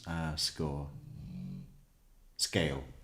As much as you can on routine, and you know, whether that's, you know, sports or pick up and drop off from school, or community activities, just, you know, trying to stay in a routine as much as possible. And then the last C is care. Yes. What does that mean? So, you know, on top of just loving your kids and hugging them and kissing them and, you know, extra cuddles and everything, I think it's important that I've learned to really affirm, you know, their feelings. When they're mad or they're sad, you know, it's just that affirmation of, I understand like that you are upset, you know, because of this, like, let's talk about it, you know. And so I think really it's not, you know, it's the emotional and physical touch of it. But This is what I sound like, isn't it? You know. really letting your kids understand that you know why they're feeling the way that they are feeling, and it's okay, and let's deal with it and talk about it. There's a promotion right now. Get a free copy of the book April 30th and May 1st through Amazon Kindle. You are an amazing woman. These keeping the person's spirit alive. But Sorry, I made a mistake. Get ready to see her shine. She's gonna light up like a menorah. Really letting your kids understand that you know why they're feeling the way that they are feeling, and it's okay, and let's deal with it and talk about it. There's a promotion right now. Get a free copy of the book April 30th and May 1st through Amazon Kindle. You are an amazing woman and mom, and we thank you for being vulnerable and sharing this and touching the lives of others. Thank you. I really appreciate being here. So, thank you, Kouri. guys. Thank you. I really appreciate being here. I'll tell you who couldn't be here. Okay, so moving forward in time, we're going to see something from the same Good Morning presenters, but after Kouri has been charged with murder, and they're going to be discussing what that news means to them after inviting her on and letting her promote her sick book. They probably drank coffee together and everything. And it's been a crazy couple of days around here. Yeah, We the haven't last talked about it 48 yet. hours have been Lots interesting. of national attention focused on our state and also focused right here on Good Things Utah. I was watching your social media last night. I knew you had this interview coming up with Ashley Banfield from News Nation, and you did a great job. Well, thank you. I think it's really interesting because we have so many people who sit right here, Nisha, every day, and we don't. Yeah, I think we'll be wrapping up in around 26 minutes. So that is plenty of time to get your chance to win the fabulous Metrix t-shirt. How do you enter the prize draw? You buy a coffee on buymeacoffee.com/True Crime Metrix, or you go to PayPal. You support us there. Or you do a super chat right here on True Crime Metrix. Necessarily know their background or what's happening in the last few years of their lives. And so this is Kouri Richins. She came on the. I tell you, man, I'm something with the time. I'm something with the time, because the goal ends in 25 minutes. How perfect is that? show, she wrote in to the station saying, I have a book that could help grieving children who may have suffered a loss. So we brought her on, and she talked about her husband who passed away, and all she said was he died suddenly, unexpectedly, and it was a shock. Do you remember we sat with her after and we talked for a while, as we sometimes do with guests before they leave? Maybe, you know, we're not in the next segment or we have a break, and we spent a few minutes after. And I remember her saying she thought it was COVID. She thought he had a lung issue, so a complication. Regained her footing. Thank you, Neverly. That is absolutely what it is. What did I say? Refound. Realigned their found feet. From COVID, and that was the discussion. Didn't think much about it again until we started to hear from people writing in saying she's a suspect in his case. And we were just as shocked as everybody else. I wasn't here that day. I did not. Oh, I missed that. I need to hear the whole sentence. Her husband who passed away, and all she said was he died suddenly, unexpectedly, and it was a shock. Do you remember we sat with her after and we talked for a while, as we sometimes do with guests before they leave? Maybe, you know, we're not in the next segment or we have a break, and we spent a few minutes after. And I remember her saying she thought it was COVID. She thought he had a lung issue, so a complication from COVID. And that was the discussion. Didn't think much about it again. He also went to bed thirsty, and I'd been telling him to drink more water. And until we started to hear from people writing in saying she's a suspect in his case. And we were just as shocked as everybody else. I wasn't here that day. I did not meet Kouri. But you're right. Saray, you and I came from the news side of broadcasting, and there's this investigative journalism that we do on that side. On this side, it's a lifestyle show. It's a mother who says she's grieving and wrote a book to help her children grieve, and you do the interview with that in mind, and that way, with compassion. Yep. And then you hear weeks later that she's been arrested for murder, and there was definitely a hush that came over our offices at Good Things Utah. Yeah, we did have an inkling that this was coming down the pipeline on Monday. And yeah, this happened, again, to give some timeline. This is a search warrant, and the death happened a year ago. So back in April, they searched the house. All the documents were sealed, so no one really knew what was happening and what was found until later. Do we know when the autopsy was done? Was that done a year ago? We believe so. Because the findings are so shocking. Right, 5 times the amount of fentanyl in his system. So we are still hearing a lot more details that are coming out, but we, of course... 5 times the amount of fentanyl in his system. Well, 5 times the what was in his system? The lethal dose or the regular dose or what? These newsreaders. Didn't know this interview that happened with this woman a month ago, before the charges actually came out. Something you would never expect. And like you said, all we know is the talking points we have, the message that she wants to portray. So we sit down and we, make each guest hopefully shine their best, and we dive into the conversation. And so I know you'll get asked this question, because you're doing another interview tonight with Dan Abrams, who's the legal analyst for ABC News. And Ashley Banfield asked you the question. Any inkling at all that what she was saying was not legitimate, that she wasn't actually grieving? Right, so Ashley Banfield asked that question, did you have any spidey senses? And of course, when you look back after the fact, you're like, well, I wonder if that was interesting. And she didn't show emotion, right? We have so many people who grieve in different ways, they process differently. But where's our slide? I know we've got an emotion slide.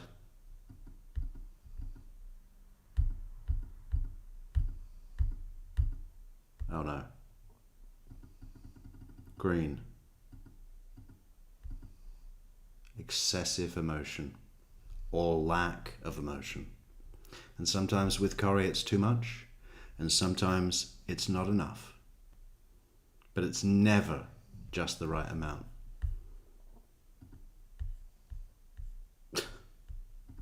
And who are we to say that's the wrong way to process, right? So for me, it was someone who was sharing their story, sharing a tool to possibly help other kids, but we didn't know. I mean, she didn't have any emotion. There'd be no reason you would suspect anything different at that point. No, I had no spidey senses. And I agree, people show and express. So how are we doing on this poll? Oh, look, it's 100%. 100%. I don't think we've ever had a poll that's been 100% on one option. I'm surprised that nobody thinks that she had it in place as part of the plan.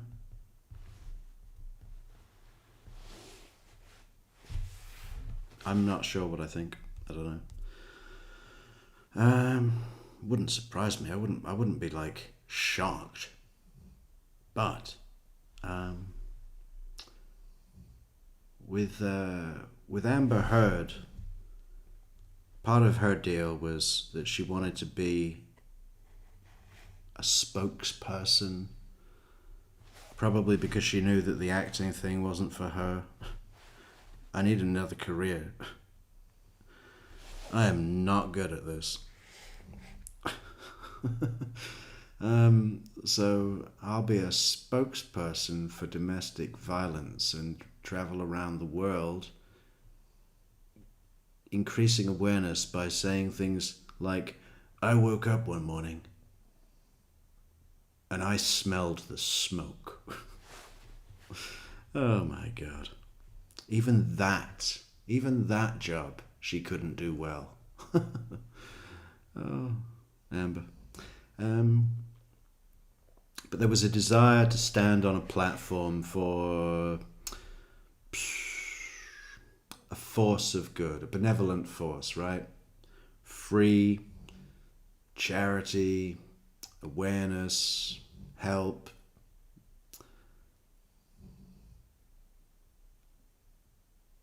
I'm sure she likes that aspect of the idea, right? It's the kind of thing, as you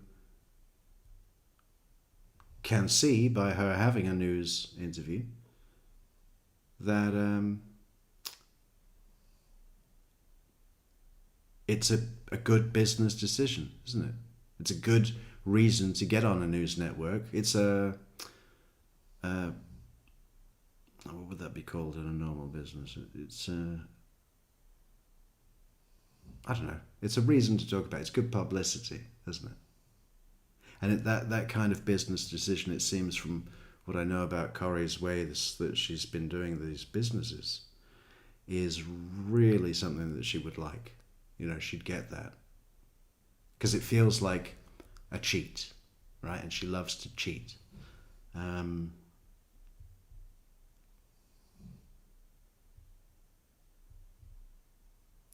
You know, we've seen how she decorates her own home. Imagine what she would do, the decisions that she would make in a house that she's flipping to resell. They're going around Home Depot and he's like looking at light bulbs, right? And he's picking up the energy savers, the ones that are like $7 each. And it's a big house, so it's a lot of light bulbs. And she's saying to him, "Idiot! We're not going to be paying the bill. As long as there's light, what do they care? Get the cheap ones. Get the cheap ones that burn all the energy up and burn a hole in your wallet, and higher bills, right? But they're not paying."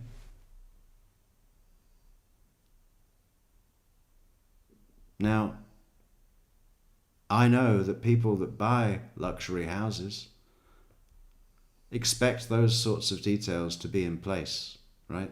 Of course I want the fucking energy-saving light bulbs, but the bright ones. So they're even more money, but it's a luxury home, so sort it the fuck out. But Kouri sells a luxury home and builds it out of shit. You know it's true. apart from the things that she enjoys spending money on, that she can brag about. In different ways. And that's not the first guest we've had sit down and talk about something that's hard or painful or loss. And some people get misty-eyed. Some people come in a little more prepared for it and they can power through and be composed. I did clock that she wasn't necessarily emotional, but I thought, okay, well, it's been a year. Maybe she's just prepared to speak about it. And I did think that it was an interesting choice, what she wore on the air. She was all bundled up in her jacket. Her hair wasn't quite brushed, and I thought... There you go. They picked up on the same thing I was saying. She's still going through it. She's grieving. She's not quite together, so it's expressing it in maybe that way. She's not quite pulled together. And who's this lady to talk about how people dress anyway? I mean... What is this? This is like a psychedelic mustard zebra. I mean, horrible, horrible. Where would you get that? And then we got the blonde lady there that's dressed in a... pool table felt. She could lie down on a pool table and disappear. All you'd see is her head. The fuck? Yeah, okay, this is what we want on a morning show in Utah. A lady dressed in pool table felt and a psychedelic mustard zebra. Brilliant. Utah. Oh, Utah. Together. But I don't know. Now I have so many questions. Now all you're do. going back. Now you're rethinking what you thought. And we're thinking, why weeks did ago. she come on? And was she pretending? And was that a great actress? And she did contact us. Right. She did reach did not out to approach us. her. She actually ask to be wrote on the into show. the station saying, "Can I promote my book?" Now eerie to see this couch and that video being aired across the country on stations everywhere and national television, because that is the video that they're all asking for and they're using, because it is so shocking that she came on local television just 3 weeks before her arrest. Yeah, and so many people, I'm sure you're hearing this too, messaging. Panic move though, huh? I mean... Because, of course, part of the writing the book is to... I mean, does that make someone look less... Like, does that make someone look like they didn't kill their husband if they write a children's book about grief? I don't know. It's just a crazy thing to do. But Kouri's crazy. And dangerous. Wonder how it's been for her in the what is it called? Summit County Jail. Summit. Yeah, I knew it'd be something to do with a hill or mountain. And DMing and sending links and asking questions. And they're saying, did you know you're in this clip that's on Inside Edition or all these shows? And I'm like, yes, it's crazy. We know. We're still figuring it all out, too. Well, it's just interesting, too, when you thumb through the children's book, that is the image of her husband and her child. And they said they wrote the book together, the mom and the 3 kids, 10, 9, and 6. And that's where my heart is that these kids now are going through something so tragic and they might not even understand what's to unfold. And they won't have parents. The dad is gone. Who knows what will happen. Yeah, don't miss that raffle. Get in the raffle because there's a draw. There's a draw in about 9 minutes for the first prize. With her, what her fate been will charged be. at this point. Right. She's just been charged, but she is being held without bond, and the investigation continues. And that interview tonight, I'm sure this will not be the last you two of being asked again. What was that like? That airs with Dan Abrams probably tomorrow. I think And you're shooting It might be tonight. Does it air on his show tonight on Yeah. News Nation? And then you two. Okay, wow. Yeah. Yeah, it's What a quick time. turnaround. Yeah. And her hearing, by the way, a detention hearing next Acapella. Friday. So we'll see Very what happens. Goldilocks. Surreal. Dr. Grande. Did we dare? I know some people don't like him. I mean, I don't know if I've never really had any issue with him. I mean, sometimes it's a bit boring, but it's quite a good resource of information. Sometimes we need to do this draw, but we got to give it another. We got to wait for the full time. 10 minutes. 10 minutes. 10 minutes. Let's go through the chat. Chat comments. All comments. Good comments. Hi, Capella. Where you been? Where you been?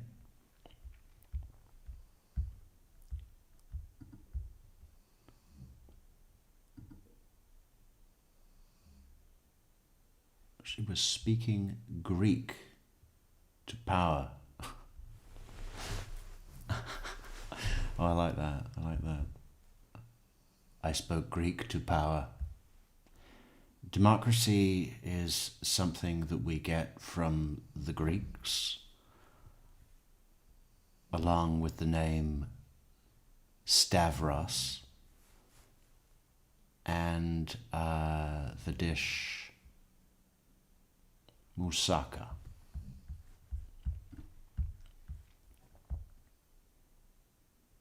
You know how we recently found out that a Hawaiian pizza is not from Hawaii, it's from Canada. Well, imagine if we found out that a Greek salad is from Norway.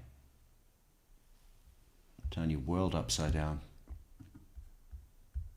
What other dishes are named after places? English breakfast, Greek salad, Hawaiian pizza. You're good at this game, Christina. Come up with something. Chicago pizza.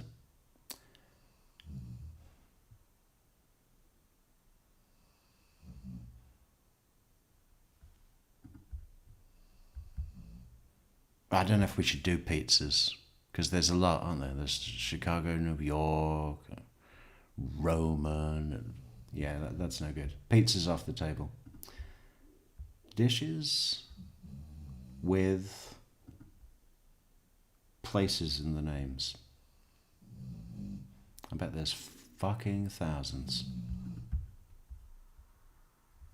Are we at the end of the chat? Is that it? It's all gone. Yorkshire pudding. Yeah, that's a good one. Yorkshire pudding.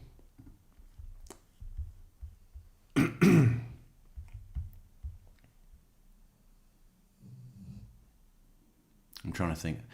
Singapore noodles. Singapore noodles, right? Right? Australia doesn't have food. So that's out. I mean, there's no, like, Sydney cheeseburger. What would be in that?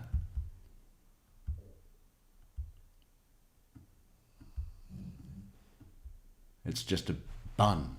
It's just a bun.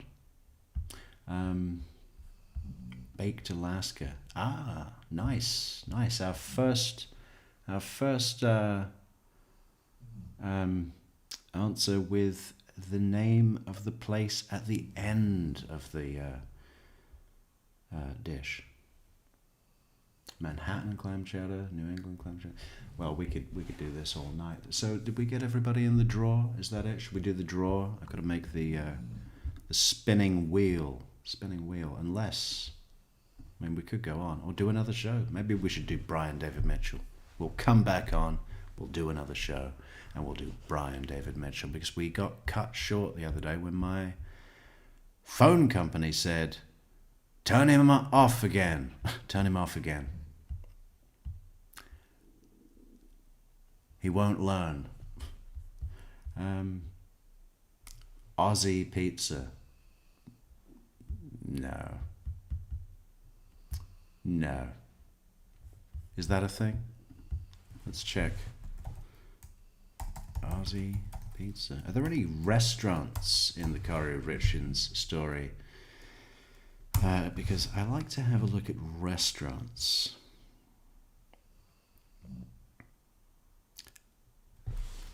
So, an Aussie pizza is a popular Australian-style pizza featuring a tomato and barbecue sauce base, mozzarella cheese, bacon, ham, and a whole egg cracked and baked on top. Often described as a breakfast-style pizza, there's no such thing, Australia. You don't eat pizza in the morning, okay? Oh, but they do everything upside down because of the fucking southern hemisphere. Crazy.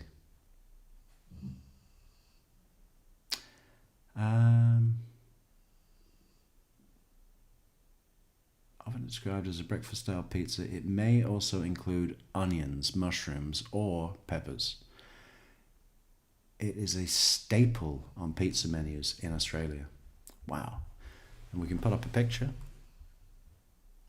Well, there's 4 eggs on this one.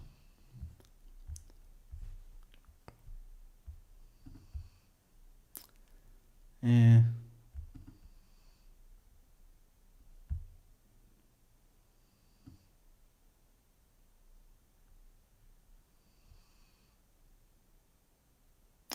You see, I would never order this, but one time, back in Munich, I ordered a slice of pizza that was a seafood pizza, and this place was incredible. But it was very grand. It had a lot of fresh, high quality, high grade seafood on there. I think there was a fucking langoustine and everything. And I thought, fuck it. Give me a seafood pizza, which I would never do. I just don't. I think it's strange to mix cheese with fish.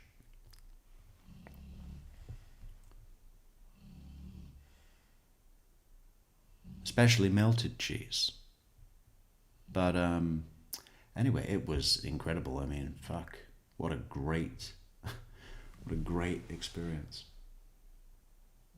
So you never know. Oh, that's what I was going to do. Show you the pizza, because we're talking pizza. We're talking Australian pizza, and this is what one looks like.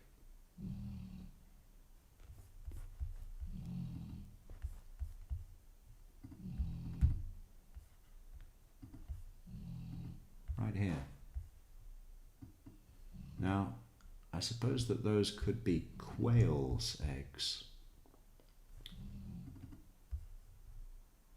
Oh, yeah, there we go. No. No.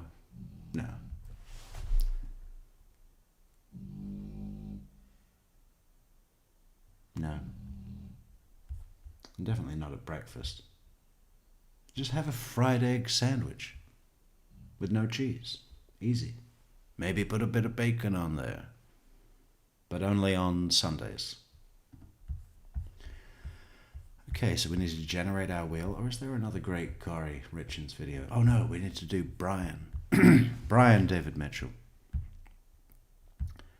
So I think we need to do our prize draw. So we need to double check we have everybody.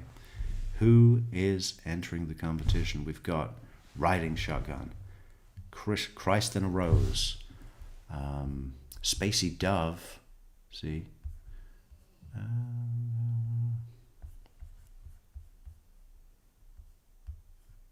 Well, how do I go back? I just want to go back.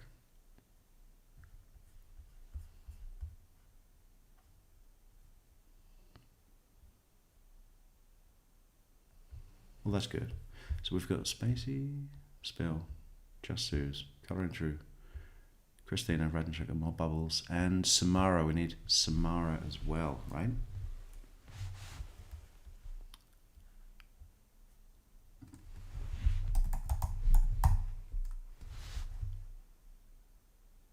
What is it? Kier. K-Y-R, I think. And now share.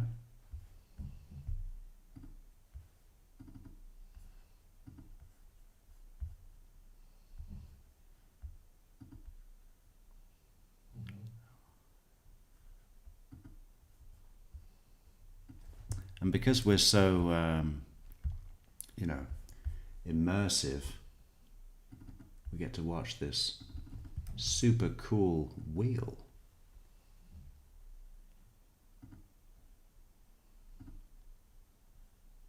Well, that doesn't count. I didn't roll the dice.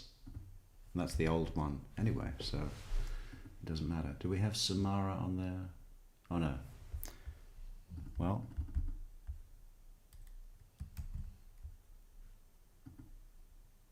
Why not? Why not, he says. Why not? New save. Continue. Yes. Yes. Update my existing. Create a new share wheel.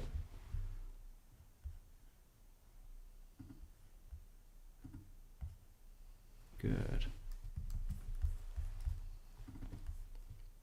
Oh, but we still need to check our PayPal supporters and all the supporters.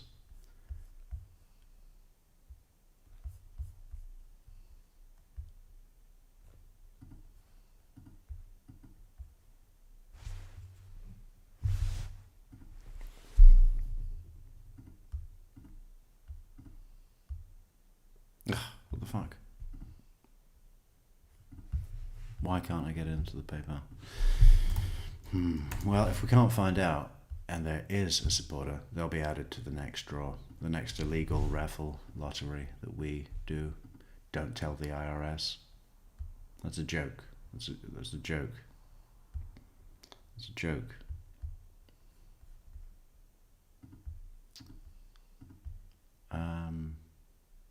Okay, so I think we've got everybody. All coffees, good. And all YouTubers. So we can spin the fucking wheel. How immersive. So immersive. Boom. The winner is...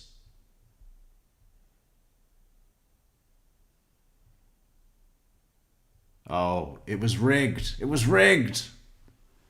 It was rigged. Yeah. How come every time this guy does a raffle, one of his moderators win? We were robbed. We have to spin again.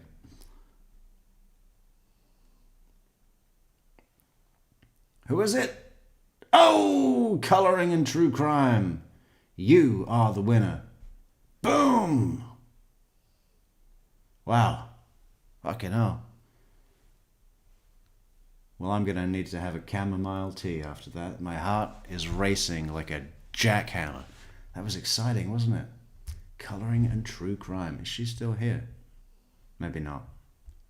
It is very late in her house.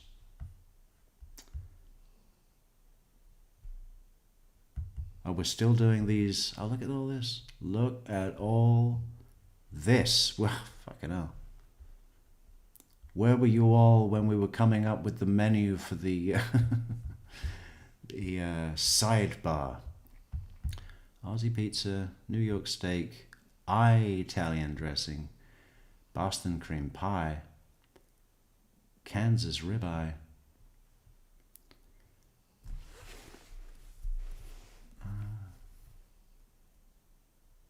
Mississippi mud pie, Georgia peach, White Russian. That's a good one. Well, it looks like this. Yeah, I don't know if this is a good game actually, because there's too many. It's like, come up with any word that begins with S. We'll be here a while, won't we? Anyway, Coloring and True Crime. How do we make contact? Well, we can just go straight to Discord, can't we?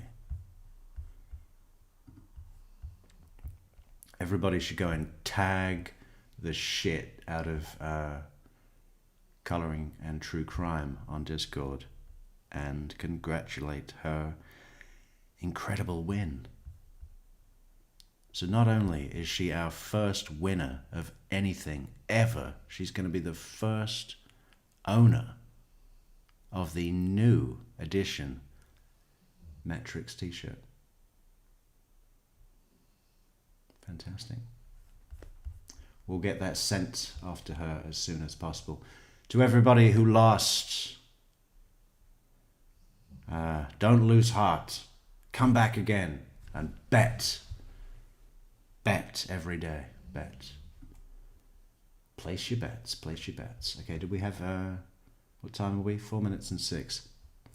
Well, it was almost, but I have been talking about the wheel for 5 minutes, so again, just hits it right on time. How does he do it? I don't know. Tomorrow, there is no court in Kouri Richins' trial, so maybe we'll do something else. Maybe that'll be a good thing. Maybe that'll be a good thing. So whatever it is, we'll give you so much notice. You know, you won't be able to concentrate all day. You'll be so excited. You'll wake up, you'll get the notification, and you'll be, oh my God, there's another show. And he's so reliable and on time these days and punctual that I can really count on that. And, you know, you just won't be able to contain yourself. So come back and feel lucky and enter the draw, enter the lion's den and walk out with his head and a t-shirt.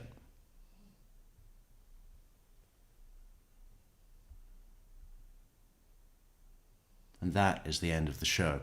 Thank you, everybody. Thank you for coming and chatting and sharing your ideas and listening to some of mine, and then you know, and chatting more about those, and then moderating. The best moderators, the greatest world-class, top shelf material, special items, you know, only available at the back of the shop if you know the owner. That's the kind of moderators that we have on this channel. Because they're so good, they're dangerous, and probably should all be illegal. Anyway, that has brought us to a close. We'll be back tomorrow evening at 9 o'clock. Or earlier, but if it is earlier,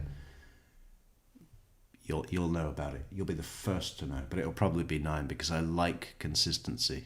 In fact, it's like custard. What do they say about custard when you mix it? What are you looking for?